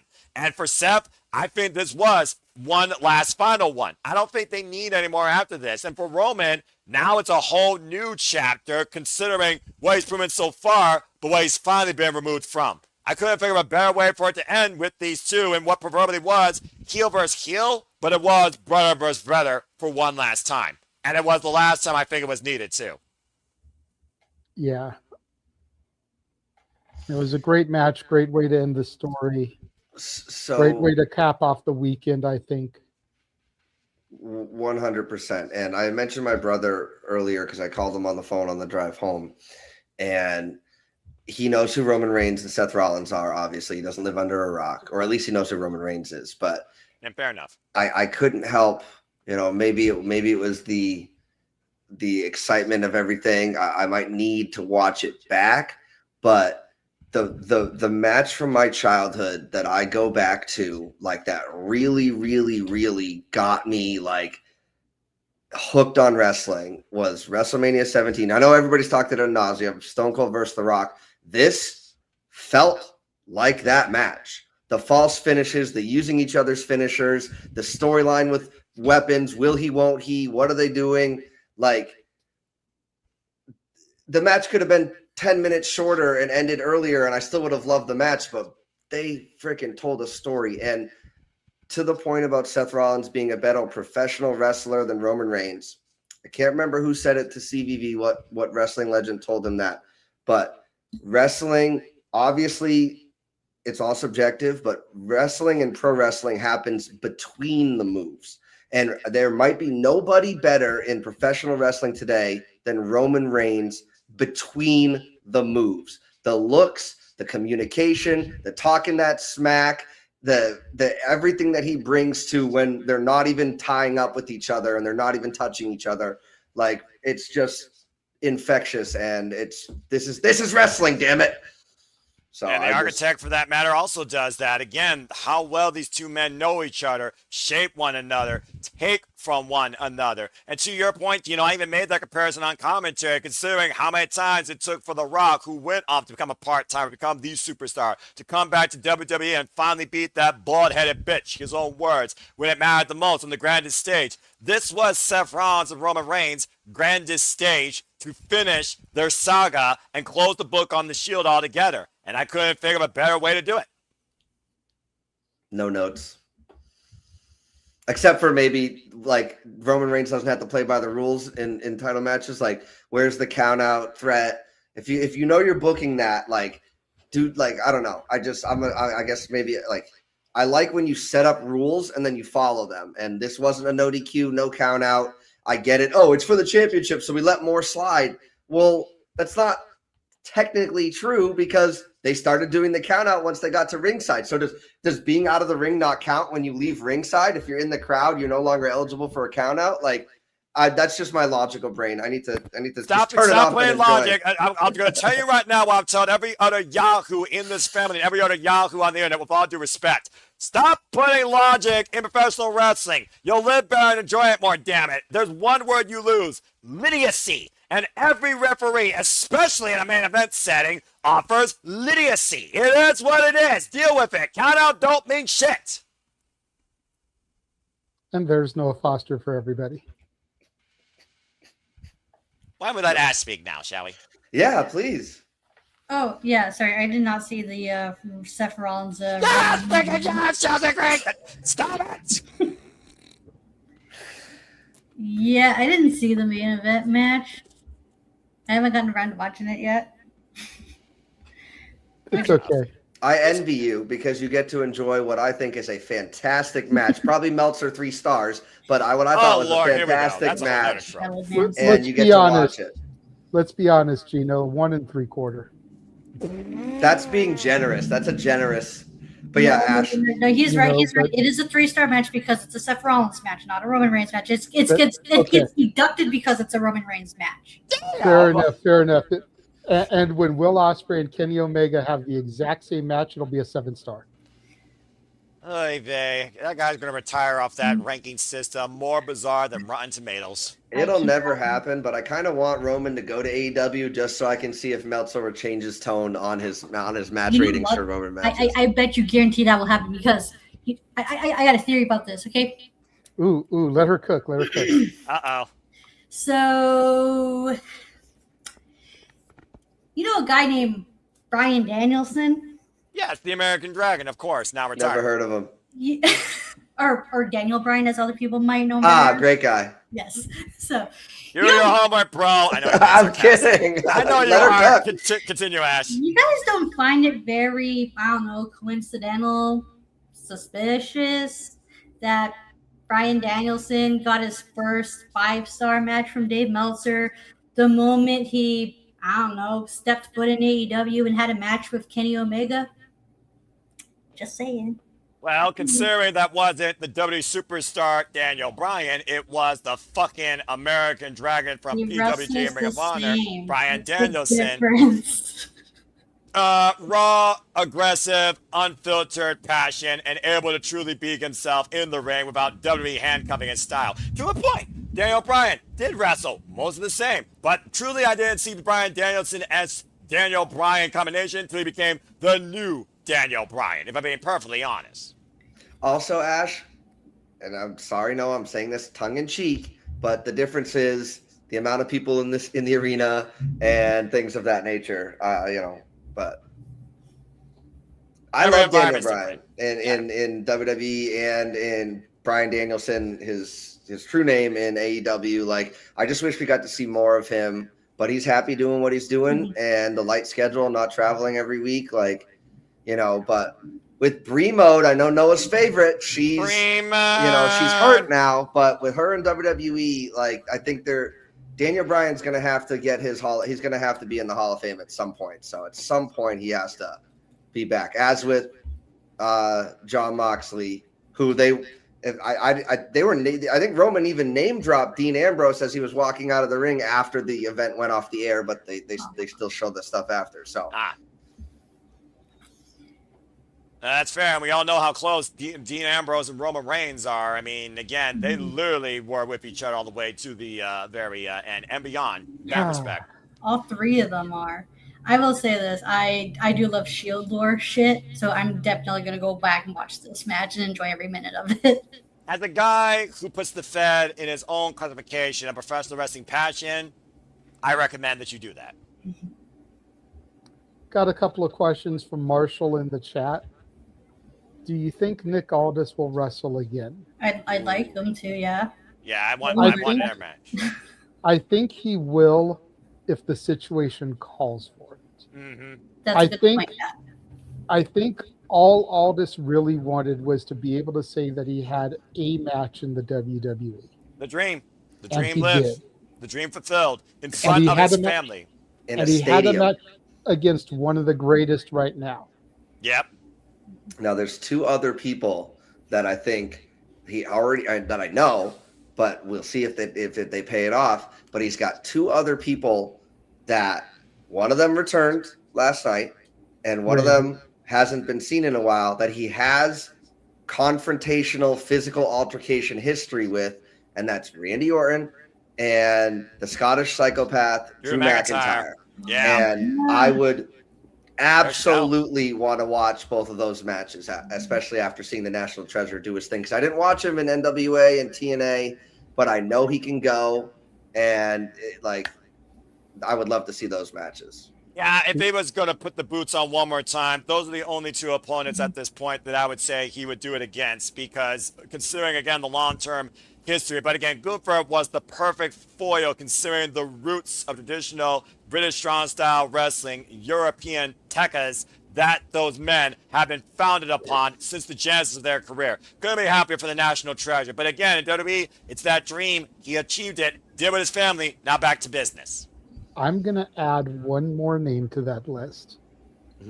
And that's only because a guy like me really knows the history here. But let me get Nick Aldis and Adam Pearce. I was going to say that, but Adam doesn't want to wrestle anymore, so That's I why I don't didn't think. say it either. I understand that, but I think if anybody could goad him into putting those boots on one more time, it would be Aldis. Arguably two of the greatest NWA world champions since the TNA era. Keep Payne there. You know, and there's so many fans that don't know that heritage of them.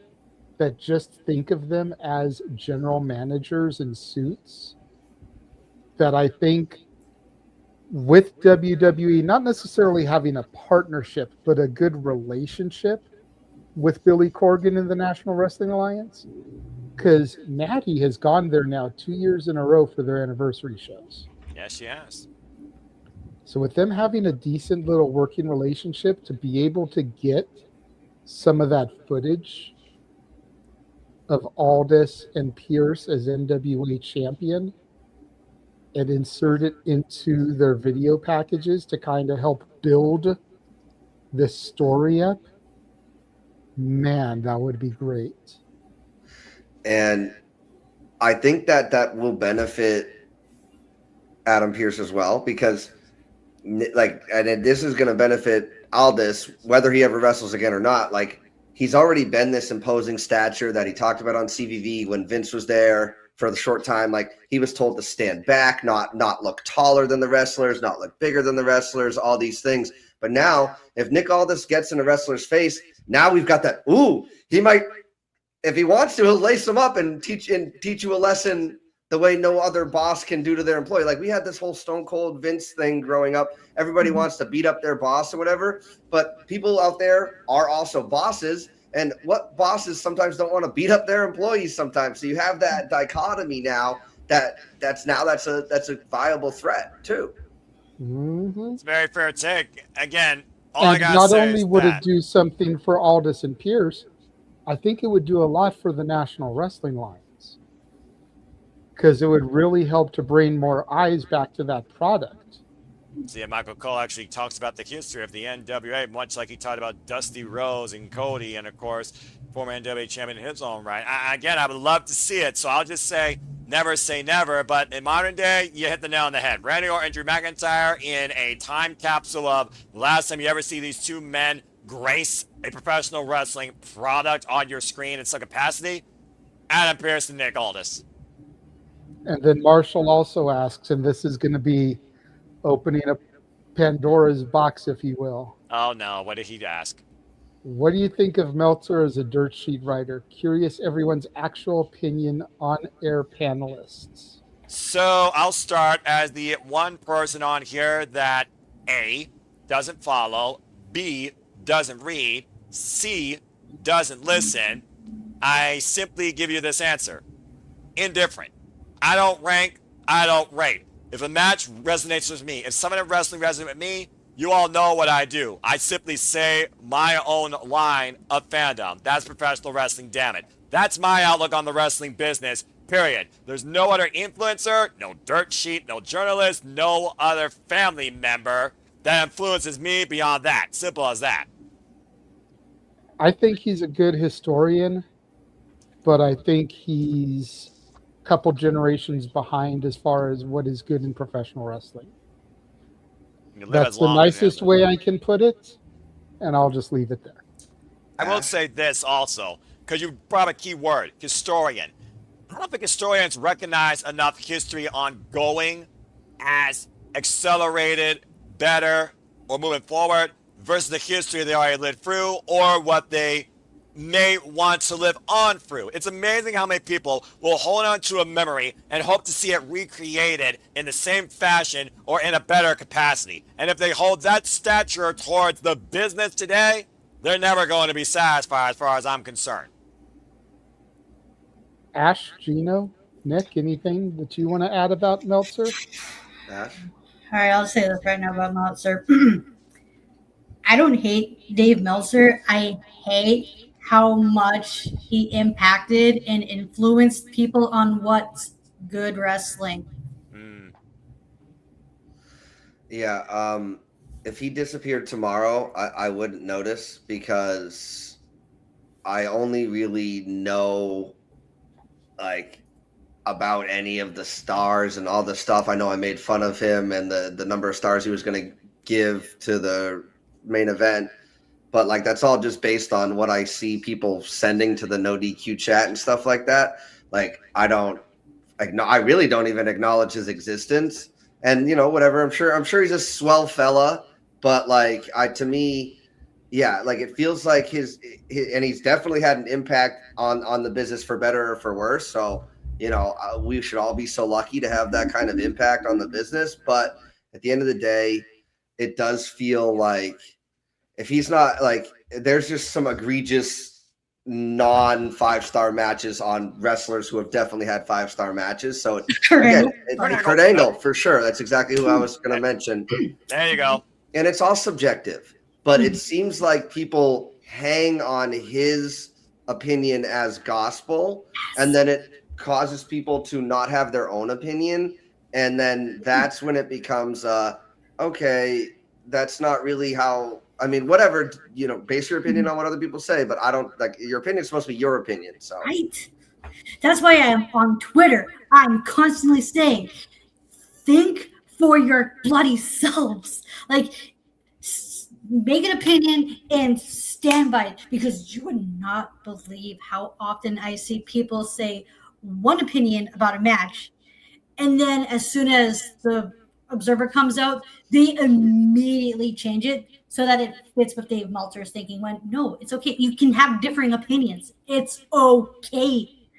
All right. I say this all the bloody time. One person's 3-star match is another person's 5-star match. And that's fine because it's subjective. There's no such thing in objectivity in pro wrestling. And thank you everyone for coming to Ash's TED Talk. And I was going to say, Noah, thank you for changing the background and giving the solo. that was You're funny. welcome. She's not wrong though. Like seriously, the fact that people might be robots. Fucking Google ask, "Are you a robot?" Maybe I'm like, "Here's the damn robot." If you literally follow the religion of Meltzerism. For example, you know how many 5-star matches Meltzer gave this little buddy, this beautiful, handsome man?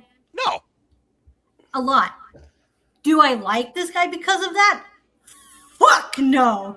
I love me some Techers. That's why I love this man so much. I don't give a shit what Meltzer says about him. I love seeing Zack Sabre Jr. do his technical wrestling. It's just, oh my god, the way that. Yeah, I'm done. Okay, this is turning into Ash's euphoria moment. Let's breathe here now. I'm gonna cool you down. Yes. Calm down.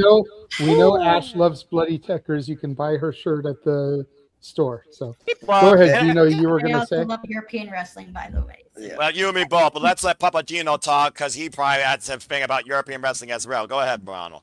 Well, I feel like I've also done a lot of talking, so I'm happy to let Ash go. But two things to that point. One, Twitter's not the place for original thoughts and ideas. It's definitely very much an echo chamber. It's the cesspool of social media, and you know how they changed it from Twitter to X, and it used to be tweets. I kind of consider the new way to call those are excretions, because that's really what they are.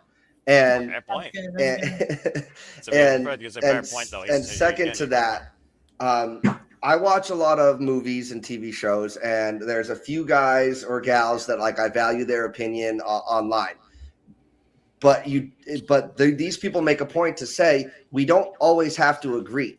Like, I don't listen to people that I always agree with. I listen to people I respect their opinion, even if I disagree with them, because they can articulate their opinion in a logical way that, again, okay, like you have that opinion, I see it differently, but I respect your opinion. And again, respect is a word that I don't think Twitter's ever had, but like you don't have to, like you're changing your opinion because you find out Papa Meltzer told you to think a different way about it. It's like, it's just not a good way to live your life, man. And men and women, just freaking have your opinions, stick to your guns.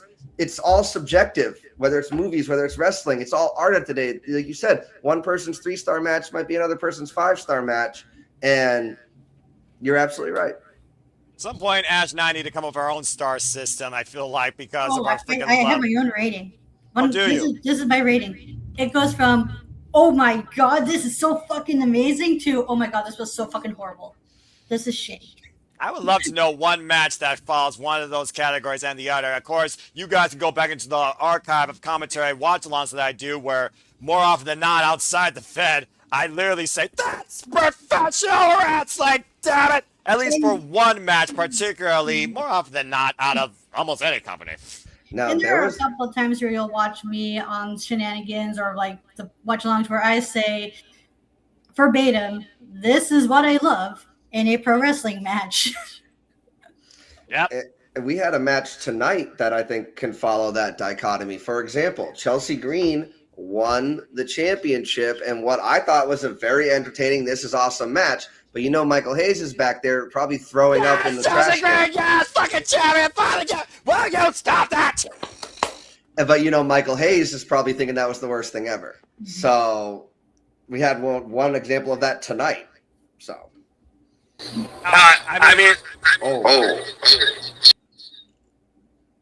And on that technical difficulty, this is a subtle announcement courtesy of your IT Simple Man. Remember to always check the modulars when it comes to your microphones and speakers before you come in. If you still find you having issues, all you need to do is simply refresh your browser, double check your settings, or check if your USB port have found an unrecognized device. Thank you for coming to the Simple IT session. I will always be happy to help you.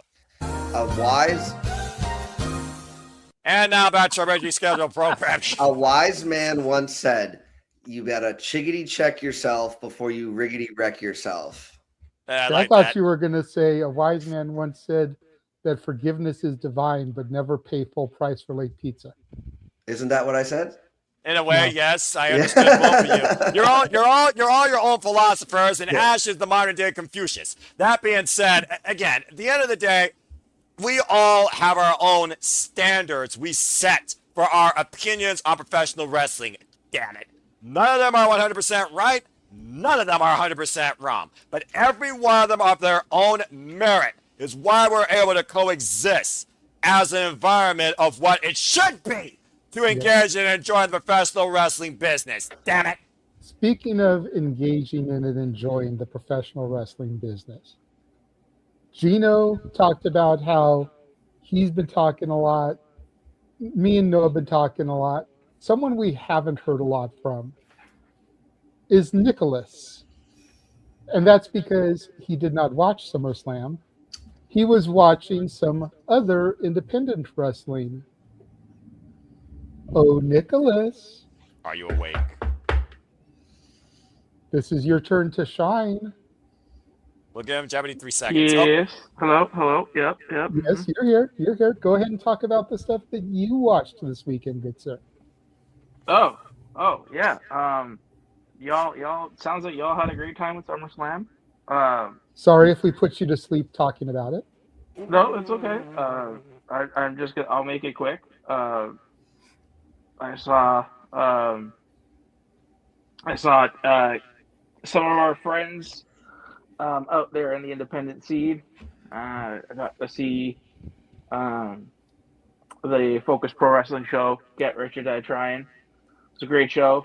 A lot of great stuff on there, a lot of standouts. Shout out to friend of the channel, Dr. Redacted. He was an absolute madman this weekend. That's nice. Being at Focus Pro and NHB. And I'll talk about that in a bit. So shout out to Redacted. Killed it. Main event of the show, Manny versus Diego Alvarez. We have a new Focus Pro World Champion. Definitely would go back and watch that show. And I mean, the show of the weekend, for me at least, was an HB 100. It was doesn't even come close to what GCW does with the Ultraviolet Championship. Like, not even close. The matches that I saw were crazy. You had Mance Warner on the show versus Bobby Beverly for the IWTV Independent Wrestling World Championship. That was opened the show, and that was an amazing match. Note to self to everybody: if you're using chains as ropes, don't. They hurt. Yeah, I was going to say, for those of you guys, before Nick continues, that are unaware, NHB is a company that uses literal metal chains for ring ropes. Yeah.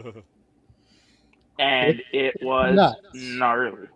I bet. It was gnarly. Yeah, there was that match that opened the show.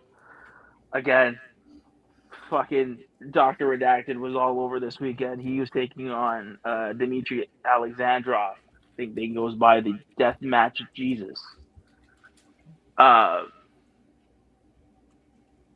Redacted is fucking crazy. We need Redacted on the show again. We had my personal favorite, JB Anderson versus Casanova Valentine versus Lowlife Louie versus Kaplan. That was it was a great match. The main event, and now these matches are not in order. The main event was Eric Ryan versus John Wayne Murdoch. Dude, when I tell you that these guys went out there,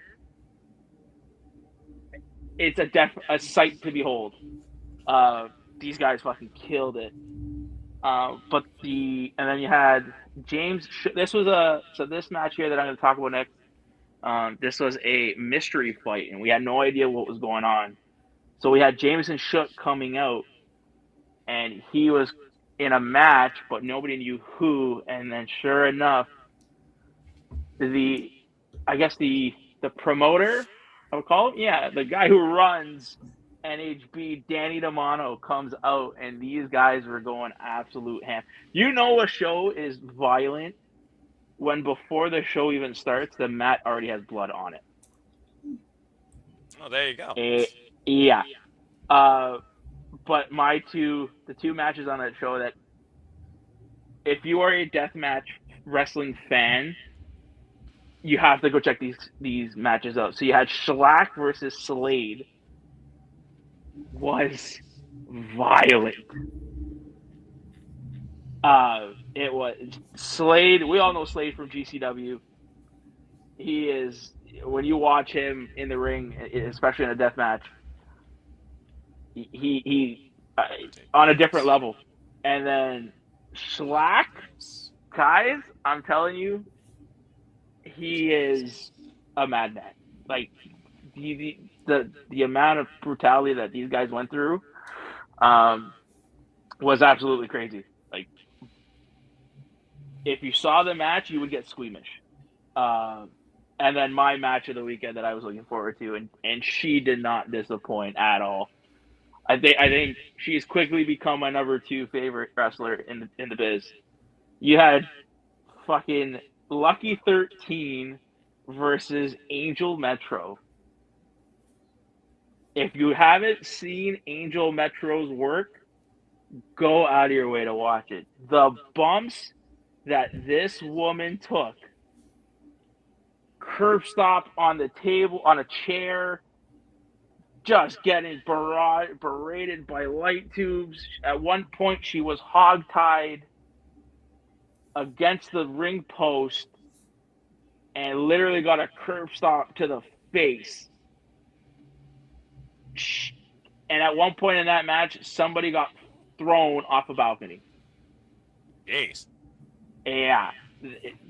Angel Metro, she was taking bumps like you wouldn't believe, and she was my MVP of the weekend. Out of everything I saw, Angel stepped up in more ways than one, and really impressed. But other than that, if you had a chance to go watch NHB 100, I'd go watch it. If you have a chance to go watch Get Rich or Die Trying, I would go watch it, because Joe Sawyer, he is making his Focus Pro Wrestling debut.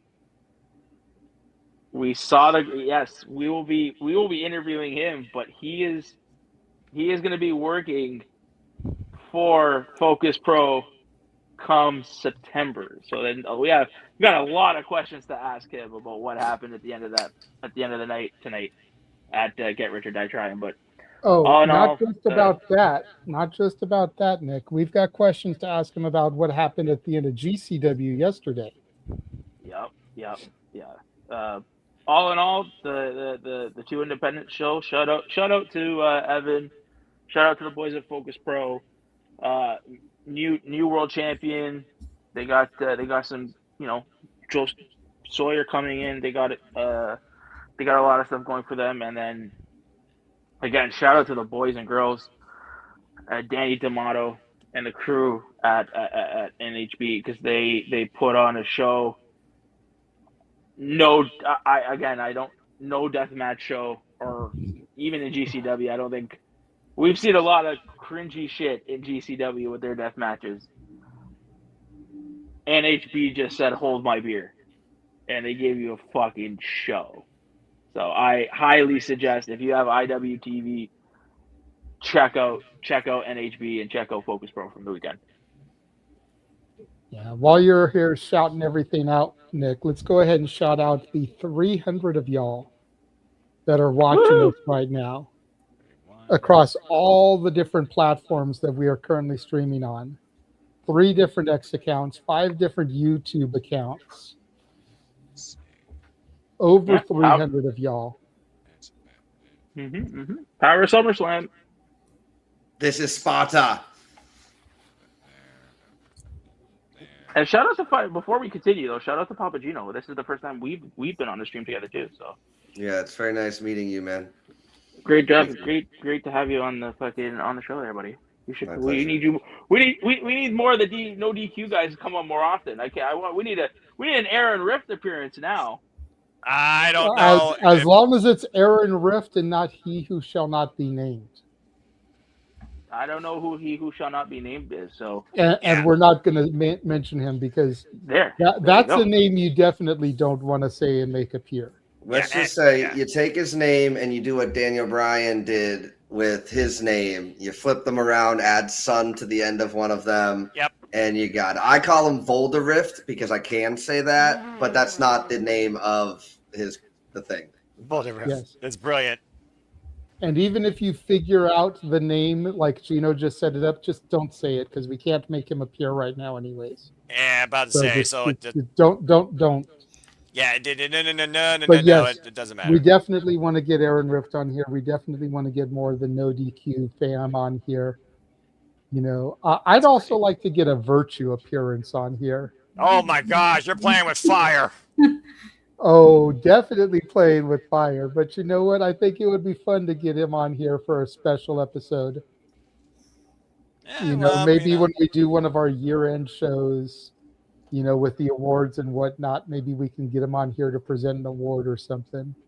I suppose that's food for thought here. I'm just updating the Galaxy scores now. Now they got the team scores. Now that we're broadcasting on Aaron's personal channel as well, Papa Gino is part of that team as well. Gino, go ahead and tell everyone about your major push wrestling. Like, we're not necessarily wrapping up, but since we're taking this little moment, tell everybody about what you do. Yeah, thank you so much. I have my own channel on YouTube, very modest. I actually just hit 1,000 subscribers last week or two. Congratulations. So thank you. I do my major push wrestling talk show. We got some of the guys coming on. I also do Rocket League live streaming, and then I do the Predictions League breakdown, PLB, with the Simple Man, Noah Foster. We try to get them Mondays right after the pay-per-view. Sometimes it doesn't happen, but we will be having one 6 p.m. tomorrow. Go check that out on either of our channels, and it'll be on Aaron's channel. But yeah, it's just Papagino0017. Just type that into YouTube, and I'll show up, and would be happy to have your viewership and support as well. But I appreciate you giving me the opportunity to plug. That's not why I'm here, but I appreciate it.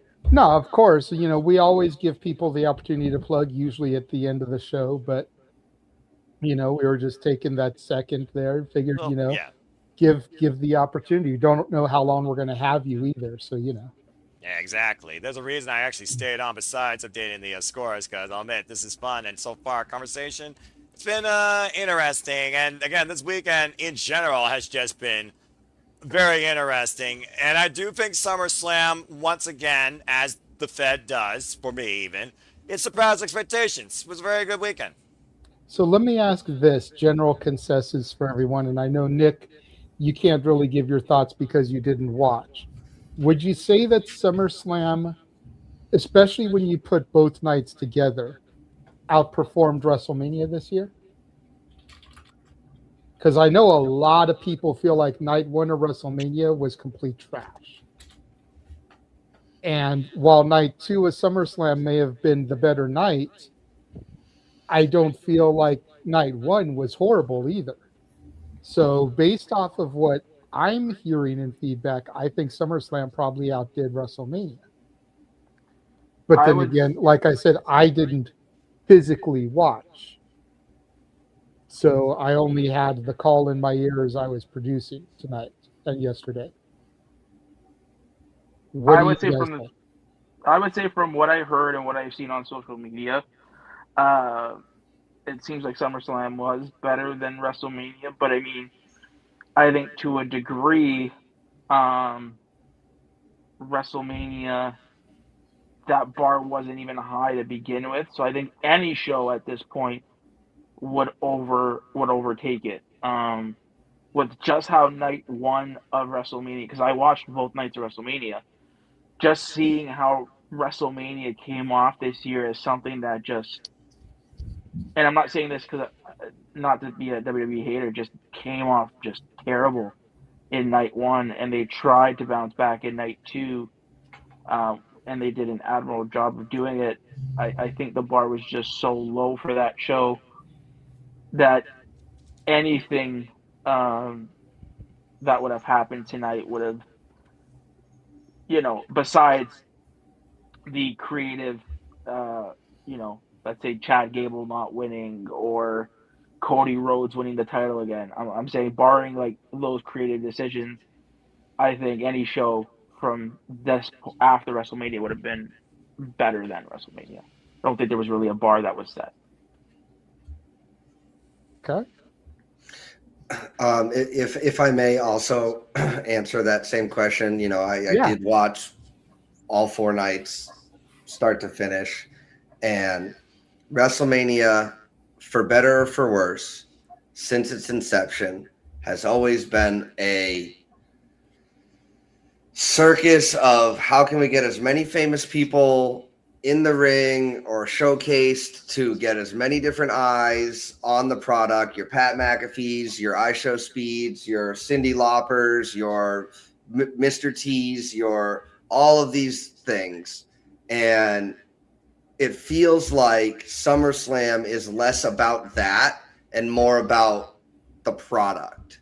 So from that point of view, and obviously how they treated the matches and how they designed the card and things like that, people are going to find reasons to complain. Oh, the match length this, or, this match, these wrestlers weren't on the card and all these things, people are going to find reasons to complain. Like, when I was pulling up this link, I saw a few things on Facebook and people are like, complaining about this, that, and the other thing. And I'm just like, and that, what are we like?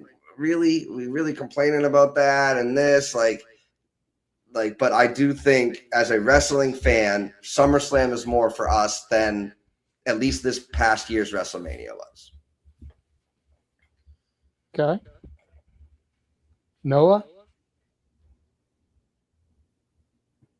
The original extent of the question was whether or not SummerSlam outperformed for us as fans than WrestleMania.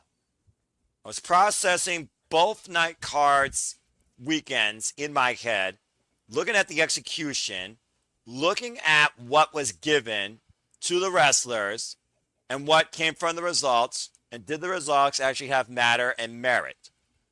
If I look at that overall as enjoying a product versus the lame brain BS that turns me off, then yeah, I got to give it a SummerSlam in spades. Hell, it looked like they did more with the damn set than they did the proverbial Timu WrestleMania 17 towers for what it's worth.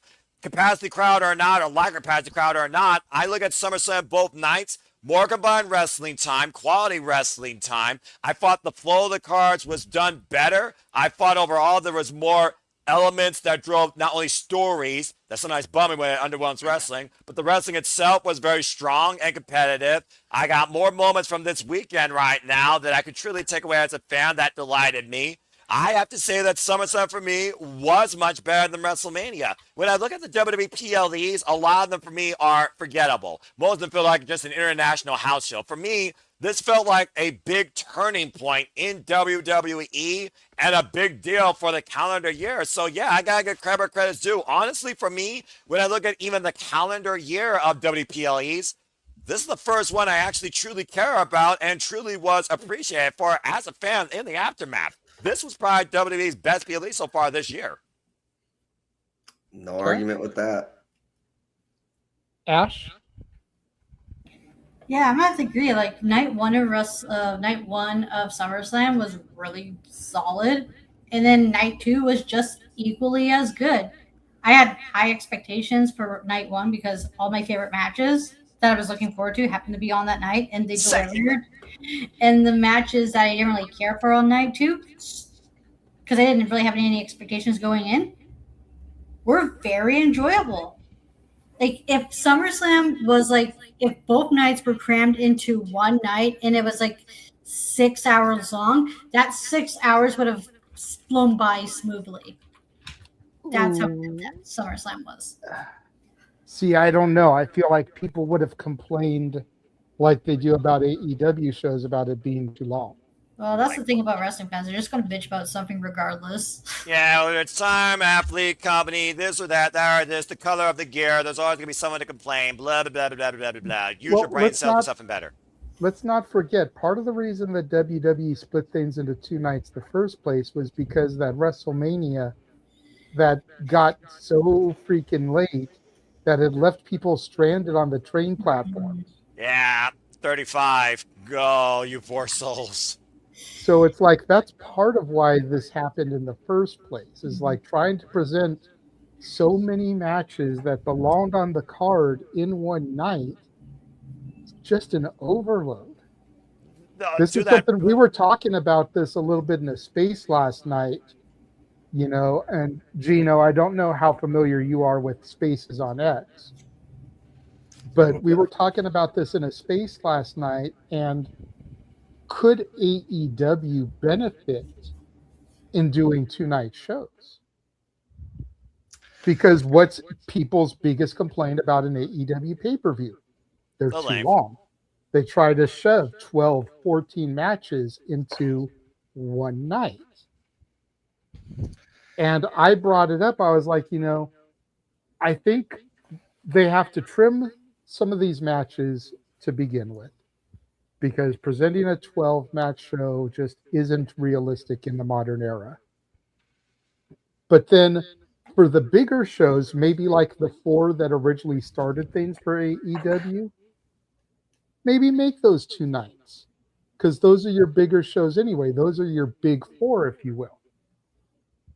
And especially something like an All In, which is their equivalent of WrestleMania, could possibly benefit from being a 2-night show.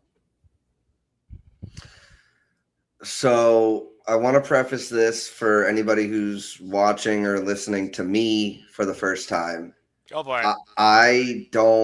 I'm not the biggest like AEW consistent viewer. I admit that. I keep my ear to the ground with the pay-per-views and what's going on, so that when I go into the Predictions League breakdown for AEW events with our man Noah Foster, I can present an educated point of view for the product, so that I don't let him or the viewers down.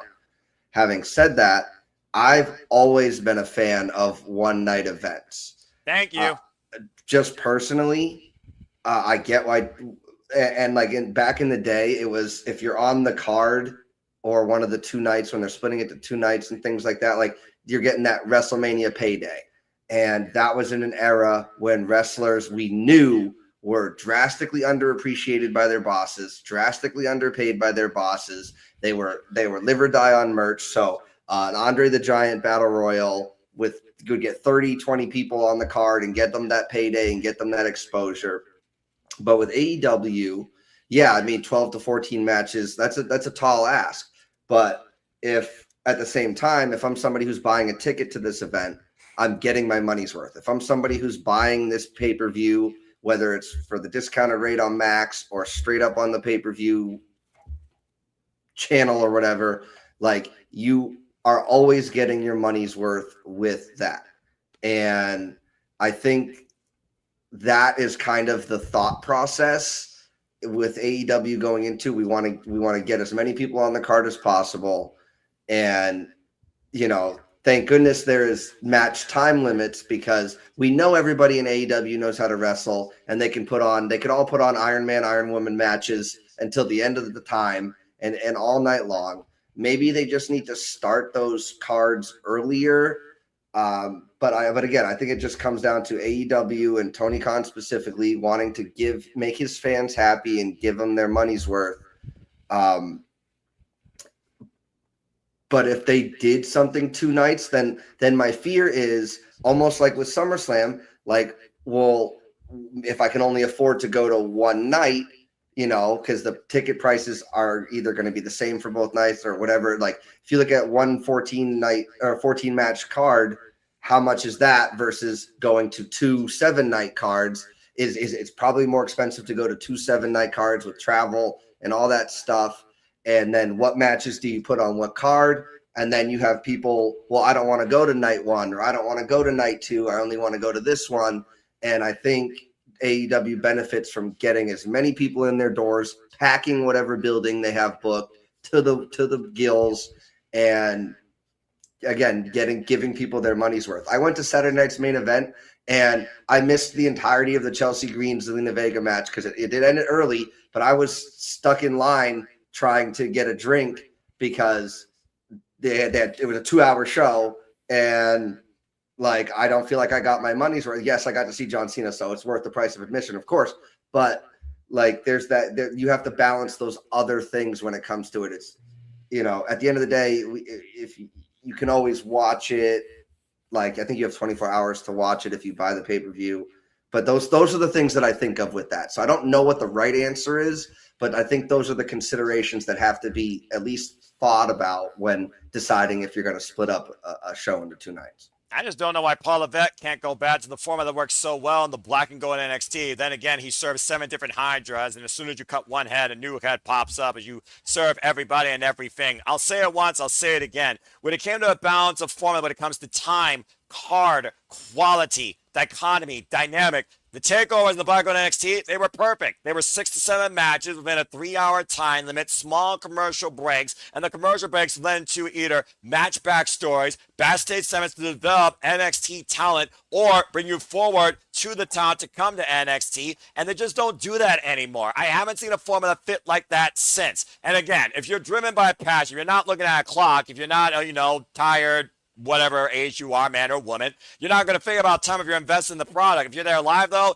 you damn sure will. The problem is, ever since they started the 2-night show, WrestleMania 36, in front of nobody. And they stuck to that. And now they're expanding it to SummerSlam. And for all we know, Survivor Series is going to become that. And the Royal Rumble, they have to consider fans' expenses. They don't consider that concern. They probably got 2 different audiences each night because WWE knows they can flip the script on their fan base. But I think SummerSlam, for all the greatness we're giving it, because again, exceed expectations, I don't look at numbers, I don't look at ticket sales, but the fact of the matter is, this is the first PI I can remember we didn't get a number. Gee, I wonder why. I think we're starting to see the toll of the economy affecting the wrestling business domestically on these 2-night extravaganzas where every match may not be worth seeing. For what it's worth, this entire weekend, there's like 3 matches I could have done without. On average, that's almost how I feel about an AEW pay-per-view, but that's also one night. So again, it really comes down to a balance of quantity and quality and figuring about everybody else here in the economy. Because the average consumer is going to spend what they want to spend if they want to go to it, if they want to watch it.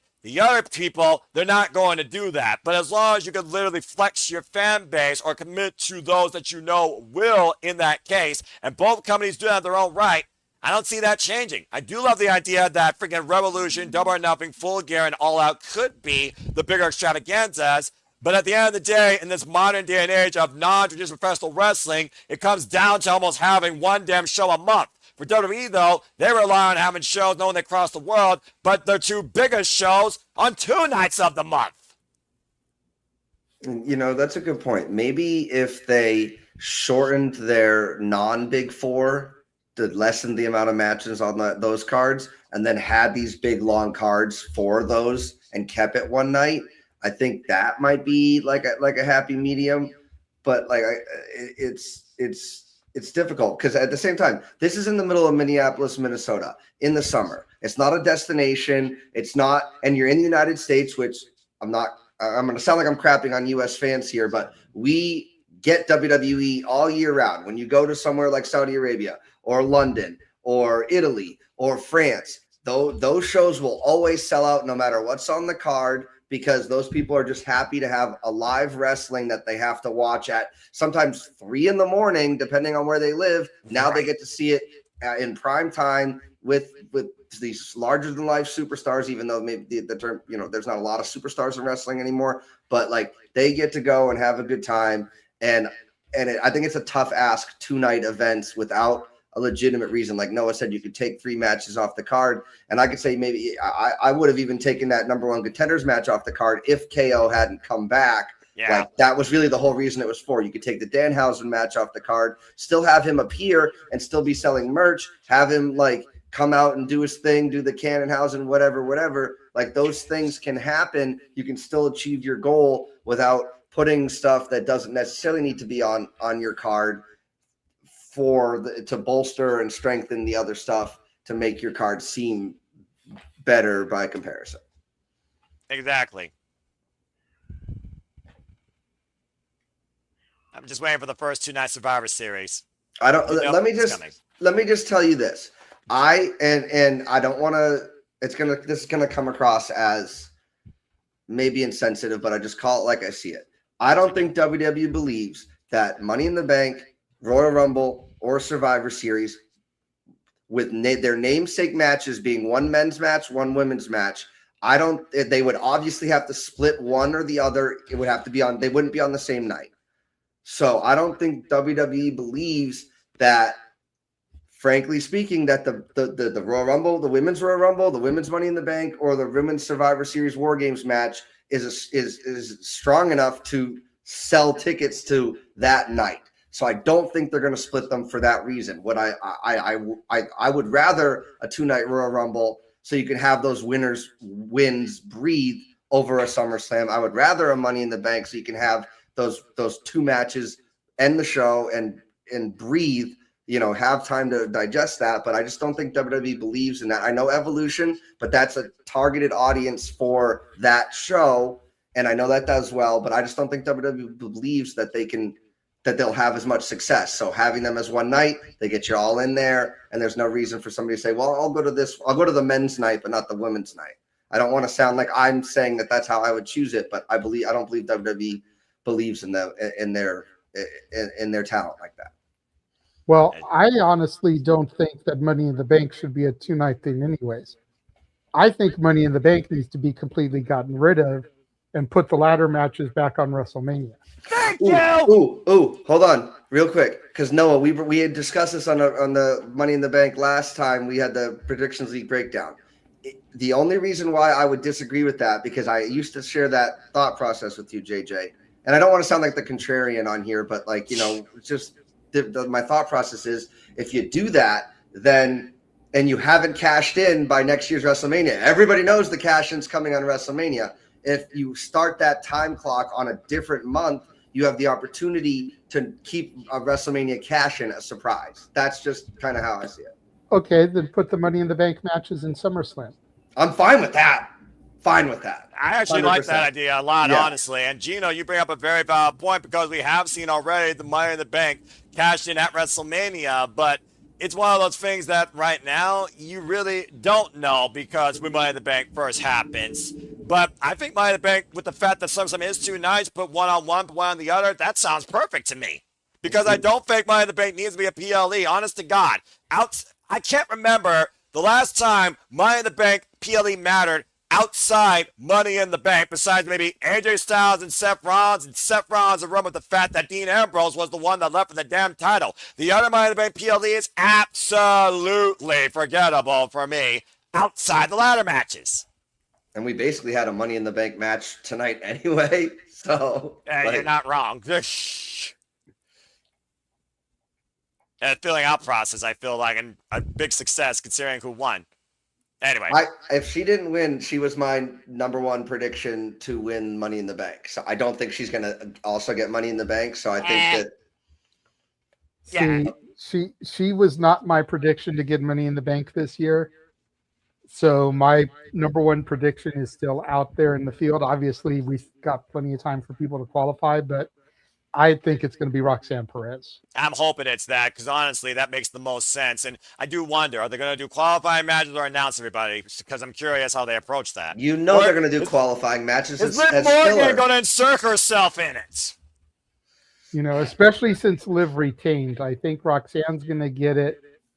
You know, maybe do the whole Nia Jax thing, Tiffany Stratton thing, where she teases like she's going to cash in on Chelsea or on Rhea when she comes back. Right. And then, boom, cash in and take the belt from Liv. The fact of the matter, though, that's ironic here is Roxanne and Liv is a story waiting to happen in itself. Money in the Bank is just a great catapult. But on the other side of the brand, I look at Jessie Jane, by the way, being the Fatal Influence and maybe winning it herself since she wasn't even involved. Interim ladder match. Leader of Fatal Influence. The other two have gold. Why not Jessie Jane go after the gold, considering they don't even have a face of SmackDown right now? And right now, Fatal Influence is the best case you have to reset the SmackDown Women's Division. So right now, I'll just put it out there. Jessie J and Roxanne Perez are my top 2 picks. And you know we each are going to get 2 picks. The new face of SmackDown is Chelsea fucking Green. Well, we know that, but you know what I mean as far as the permanent. They're about to say. Yes, freaking yes, Chelsea Green. Fuck, you stop that. Damn it. I'm trying to be looking at the other women here, and I'm just thinking because I can't imagine Rhea being gone, you know, months on end. Like, what is the state of this injury? Why have we not heard anything disclosed? I get hip as a thing. I work for a freaking billion-dollar nonprofit health organization, all right? The bottom line, though, we need some sort of definitive face of SmackDown. Otherwise, remove interim and put Chelsea Green in her rightful spotlight because this is ridiculous. Anyway. So. I do like to think of my Money in the Bank, and this is way too early, obviously, so I won't dwell on it, but I do like to think of my Money in the Bank winners as somebody that I think it would be wicked exciting to see their teases of their cash-ins. Right? Like if you think of something, LA Knight for sure, and Chelsea Green, imagine her potentially trying to come out all the time, getting foiled, you know, how funny it would be when she gets foiled before she cashes in, or even somebody like a Jacob Fatu. Imagine him just having the Money in the Bank briefcase, just side-eyeing Roman from behind him, and he's always in the shot right over his shoulder, just kind of like, when is he going to snap and do it? You know, we're going to think he's going to go for the other title, but like, see, that's that stuff that gets me like excited as a wrestling fan, that like, ooh, okay, like this is interesting. Roxanne obviously would almost obviously lead to cashing in on Liv, but they could do that same thing, have her standing behind Liv, just kind of looking at her like, looking at the briefcase, looking at her, looking at the briefcase, like, I can fucking beat you. Like, you know, so like that's kind of my thought process when it comes to who holds the Money in the Bank briefcase. I hate this. I'm going to beat Drew McIntyre. I'm going to win it, and then I'm going to cash in that night type of stuff and then lose it. The woman still hasn't lost cash in, by the way. So correct. Somebody's going to get Damian Sandow. May he, you know, may his career rest in peace. I was there when he lost that one to see to my dog Cena, but like I just, you know, it is what it is. I mean, he called it right in front of his face, to be fair. So I mean, he set up his own failure. But you're not wrong. But wow, what a callback! Right. To your point, as far as teases and comedic, that's all the more reason to give it to like R-Truth. Give the briefcase to R-Truth. Can you imagine the comedy with that? He would go out during a women's title match and try and cash it in or something. Like that would be great. Like he did the women's rumble. Climb the ladder. He wouldn't even know it was the Money in the Bank. He would just throw people over the top of and think he's the winner. And then just be like, yeah, I won. Yeah, like he did the opposite at the Royal Rumble. He climbed the ladder. So funny. So or like that one Royal Rumble where he and Dominic. I love how Dominic played along with it, like thinking the Royal Rumble was a tag match. It's so good. Or if he just tries to pin people, like he goes for the pin, nobody's counting. Oh, he goes over to the other guy, tries to pin him, nobody's counting, and he just like takes the hand or something and tries to like. You can do a lot of fun with that. So I thank you for putting that in my zeitgeist. Are we sure that R-Truth is mentally stable? Yes. Yeah. You have to have a high level of intellect to do comedy well, and I 100. Yeah. 100. right. Think about it. I mean, because you're constantly having to come up with a new bit. You can't it is the rest on trick your with laurels and play the same gimmick all the time. Yes, you can maybe do it in different cities on one tour. But when you come back through that city the next time, you've got to have some new material. Fair enough. I understand the trope. Okay, fair enough. But no. You know, LA Knight right now. It's like a musician. How many times can you tour a city playing the same album? As Mariah Carey, that she's still. I was about to say, yeah, musicians maybe is not the Mariah best Carey's comparison. got 30. No, but Mariah Carey's got 36 years of songs to play. She doesn't tour playing one album. You play the greatest hits mixed in with some of the new songs. Sure. But you also don't always play the hits in the same order. No, you definitely don't. Yeah, okay, I guess that's fair. All right, I'll give you that. So like, it would be like, okay, let's take it back, just to use an album everybody knows, Metallica's Black Album. You're not going to tour every city for 6 years just playing the songs off of the Black Album. Not when you've got Master of Puppets, not when you've got For Whom the Bell Tolls, not when you've got Seek and Destroy, and all these other songs that you could be playing. Fair enough. I understand the comparison. If you want to hear more, name that tune. Go watch the last Simple session with me and Ash when I had her name that tune to video game. Stay tuned for the next Simple session, folks. It's getting time to be determined. Anyway, but yeah, I get it. But no, at the end of the day, LA Knight, and that's not an insult. That's just offensive. Yeah. He didn't give us the pause and the cadence to do it together. What everybody's saying. There we go. L.A. Knight. Yeah. There we go. All right, good job, everybody. All aboard the gravy train. But that being said, speaking of, what about Sami Zayn winning it? The last real good guy. The guy that's been conspiracy theory against the WWE. I mean, not the first time he's been involved in this match. And like I told Noah, he's got a conspiracy now against Nick Aldis. He really does. He went into a match thinking it was going to be him and Finn Balor, just like he went in thinking he was going to fight Cody Rhodes. Nope. And got CM Punk. Yep. He went into this thinking it was going to be him and Finn Balor. Then he had two other people, one of them being his best friend. And ironically enough, JJ, that was the outcome. Kevin Owens pinned Sami Zayn to become #1 contender. So he's got a huge conspiracy against Nick Aldis. It's like, dude, this guy put in his letter of resignation, wanted to be a wrestler, had the letter of resignation torn up, reinstated, and then he screws Sami Zayn? Pretty much. I'm just saying. No, I mean, it makes sense. They got to sell more Justice for Sammy shirts, even though I don't know anybody that would in their right mind would buy that, but they got to continue that he's getting screwed over thing, which is why I think it was great booking. Yeah. Agree. I missed the last Real Good Guy shirt is something that, like, I've said this about wrestling merch. It's something that you should be able to wear that shows your fandom, but also can, like, exist as a real shirt. As much as I love John Cena, it's his friggin' face plastered on the center of it. Again, no problem with John Cena, but, like, I'm not frequently wearing that outside of these videos and stuff unless I need the color. Like if my buddy's he's doing rugby and his team is orange, that's the only friggin' creamsicle colored shirt I have. Okay, fine. But like the last Real Good Guy, like that's a shirt you can wear. Unchosen by LA Knight, that's a shirt that like only the wrestling fans will know, and then you can feel confident wearing out. But that's just kind of how I see like the merch. I know that was my sidebar. No, it makes sense. That's fair. Yeah. And the last time I wore a wrestling shirt was Ron Simmons' Damn. And again, people could all recognize that word because everyone says it. And I kid you not, I was just walking down my neighborhood and every person at the sidewalk just said, damn. So I was like, okay, they know what it means. And if they don't, they know what the word means. I'm surprised they still don't sell those shirts because I feel like those would still sell. Yeah, I mean, come on. It was always one of those shows that I was like, you want to talk about comedy? You got a stupid segment, or you got like a freaking burn, like, congratulations, Booger, you officially lost your stats as a black man. And then freaking Farouk came out subtly, grabbed the mic and said, Damn. Arrive, damn, leave. Oh, it's one of my favorite gimmicks of all time.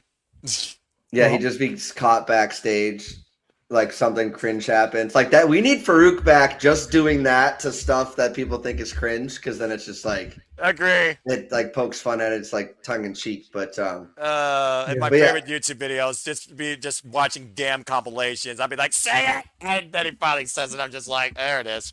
So good. I just wanted to thank you guys from the bottom of my heart for inviting me on to do this. I know that not everybody gets the invite, and I am super gracious for having that.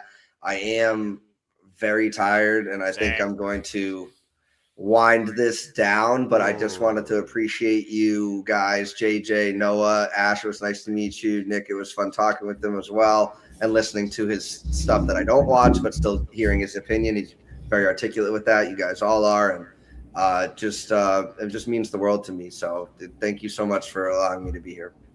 Absolutely, Gino. Thank you for joining us. Again, make sure you guys follow and subscribe to Gino. Papa Gino 0017 on YouTube. When are the shows again? Major Push, I know, is usually on Wednesdays. What time? Wednesday at 7. So with this title card you have up, everybody that wants to know, you can see it right there. So we got Wednesday 7 p.m. The Rocket League just whenever I find the time, and the Predictions League breakdown, we try to get it Monday at 6 after AEW and WWE premium live event pay-per-views. Sometimes that gets moved to Wednesday at 6 as well, but And that's Eastern time. yes, EST, yeah.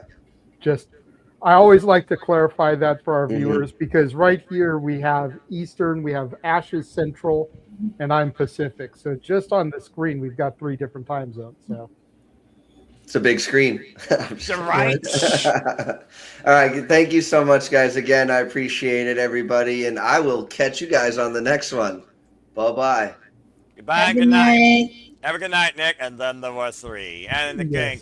We went into a little bit of an extended version tonight because of the weekend festivities and having Papa Gino being part of the conversation, so I hope everybody enjoyed. But at this point, JJ, bottom line, Red's objective, find the happy medium. No company's going to give you it, but this weekend was a hell of a good time overall, and that's all that matters. yeah, 100%. And I'm right there with Papa Gino. I think it's time to just kind of start to power down here. I am going to run our trailer one more time real quick because we've only ran it once. Then we'll come back, we'll do our plugs, and we'll get out of here. All right. And now for a taste of things to come.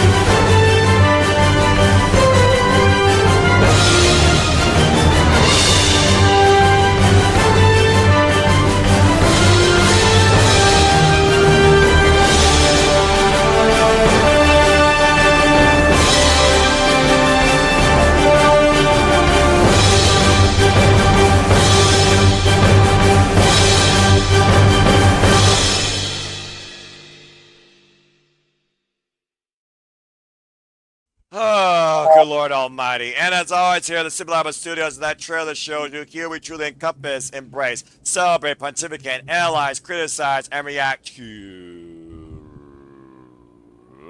the wrestling. And once again, Papa Gino, you're very welcome for the invite. You know, much like Noah and I, you're more than welcome to join us anytime, good sir. Absolutely. We always welcome different people, different opinions. Marshall has been supposed to join us for a minute, but we just keep missing the setups. You know, he was supposed to join us a week or so ago, but something came up last minute. He was going to try to join us for Shenanigans this week, but I told him it was going to be Sunday. He said he wasn't going to be available. Then all of a sudden he was, and we were kind of starting to wind things down anyway. So, yep. But we're open for people and their opinions and all that type of stuff. So, yep. But that being said, we've been on the air for almost 3 hours. We've gone almost an hour past Noah's cutoff time, even with him having taken 10 minutes off because the dumb fuckery and the Joe Hendry gimmick.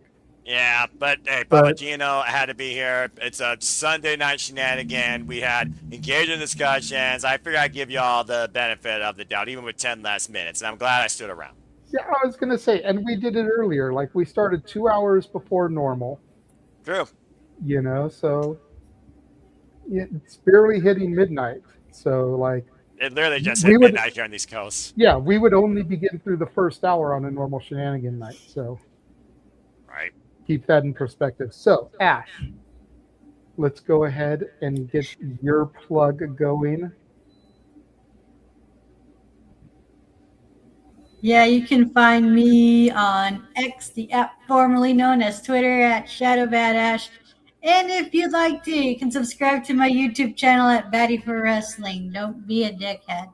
Dickhead. That's right. Simple Man. Oh, good Lord Almighty, you all are crazy, but God bless this business. Find me if you choose on the X or on YouTube at nfoster1916, for I am nothing more but a simple man and a lifelong fan of professional wrestling, damn it! As Papa Gino discussed earlier, again, we have Producer Lee Breakdown. That'll be 6 p.m. Eastern Standard Time live, exclusively across the Papa Gino Network, Papa Gino 117, and the Superman's brand and Fox 916. We give you the live leaderboard updates for the team and the galaxy of No DQ for the WWE PL League and our closing remarks for SummerSlam and the statistical analysis we have to back up our predictions. That was interesting. And also, as you saw in that trailer, Wednesday night, 8 p.m. Standard Time, I will be on the call for Grand Slam Mickey Cole in AEW. Coming up here very soon, Ash and I will have another simple session, and it will be Batty Game Time with me and the participant scene and her hosting. Stay tuned to see if I fall underneath the embarrassment at the expense of my dignity or I rise to the occasion as she has the deck ready. Again, we'll talk about behind closed quarters when we're actually doing it. And as you know, Sleepy Ditting is, of course, the flagship of my brand. If I'm being perfectly honest, it's my favorite thing to do. So stay tuned with Sleepy Ditting for, of course, TNA Lethal Lockdown, AEW, All In, and, of course, WWE, I believe next time will be Money in the Bank, and NXT will be Heatwave. There might be a special one for Ring of Honor before this on. I haven't decided yet, especially that Hazuki's challenging Athena for the title. Let's freaking go. And me and Ash will be bringing you some point or another Batty Backup Breakdown update ahead of the finals and the semifinals for G1 Climax 36. Please stay tuned. But as always, I'd like to remind and encourage all of you, there are no winners, there are no losers, there are no betters. Just fans with opinions with this passion we all share. Love you, Rebel Heart. So at the end of the day, support one another, respect each other, protect your mentality too, treasure your families and just your life, and enjoy professional wrestling. It is truly as simple as that. Now, Ash, how far behind are you with the G1 Climax? Let's just say there's 11 nights I got to catch up on. There's a reason why I am the guy that keeps up with everything, and I will be able to carry the conversation either way. Stay tuned, folks. I assure you, you will get more of the Superman and the Bat. I guess she has a freaking jingle or name for us now. Yeah. Soon again for G1 Climax update. That I can promise. Also, sorry for the super loud noise in the background. I have a cat now. Oh, okay. Aww, kitty. A little fella. Look at that. Kitty. And apparently loves to climb. She does. Well, hopefully it doesn't knock anything off your shelf. Again, cats could be as much as a freaking chaos agent as they are a friend. What's Kitty's name? Saber? It's Pumpkin. Oh. It's orange. We got her from. So, we had like neighbors, and they moved out, and they weren't able to keep the cat, so that's why we got her. Oh, nice. Well, look at you giving it a home. Well, I wish Pumpkin and you all the best. May it be a wonderful relationship. She's my mom's cat. Oh, well, that's nice. Good to know the mom has a friend. Much like Yeah, my mom. right? Much like my mom and the dog Margot that you all saw one time here. Those two are inseparable. But hey, everyone's got a companion at the end of the day that helps bring a spotlight of happiness to their lives. Good for them. Yes. As for me, you can find me and all my Chase U brethren and sisters Bloody hell. on Instagram at the Renegade JJ Williams, YouTube Casa D18 Studios, X Casa D18 Studio, no S at the end. Of course, make sure that you're following the Simply Reliable Studios on the X at SR Studios 2024. Shout out to the over 300 of y'all that are still watching us. Pretty much somebody on every single channel right now. It's a huge feat for us. We appreciate all of your viewership. I think that is it. You know, make sure you guys tune in tomorrow, 8 Eastern, 5 Pacific, as we talk to Joseph Sawyer, the former Joe Gacy. He made his debut in Focus Pro and GCW this weekend. Oofa. Got a lot to unpack with him, including what went right and what went wrong with the schism. That's something I'm really looking forward to getting into because that was my NXT. Damn it. Not his NXT. But Kendo Gray and Lola Vice in the underground is, and I hope Kendo knocks her the F out and sends Lola Vice packing and shaking her ass in AAA. Adios. The last thing we'll go ahead and promote, even though it's about a week out, this coming Saturday, we will be sponsoring Kaya McKenna's first title defense as the Pro Wrestling Symphony Women's Champion against Sigrid, the running buddy of Freya the Slayer, who of course had to vacate the title during the injury, which is how Kaya ended up becoming champion.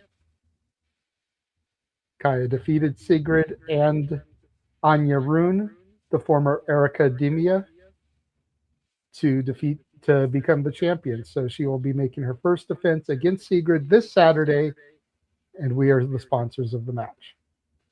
Kick her ass, Kaya. Have a great match. Good luck to both.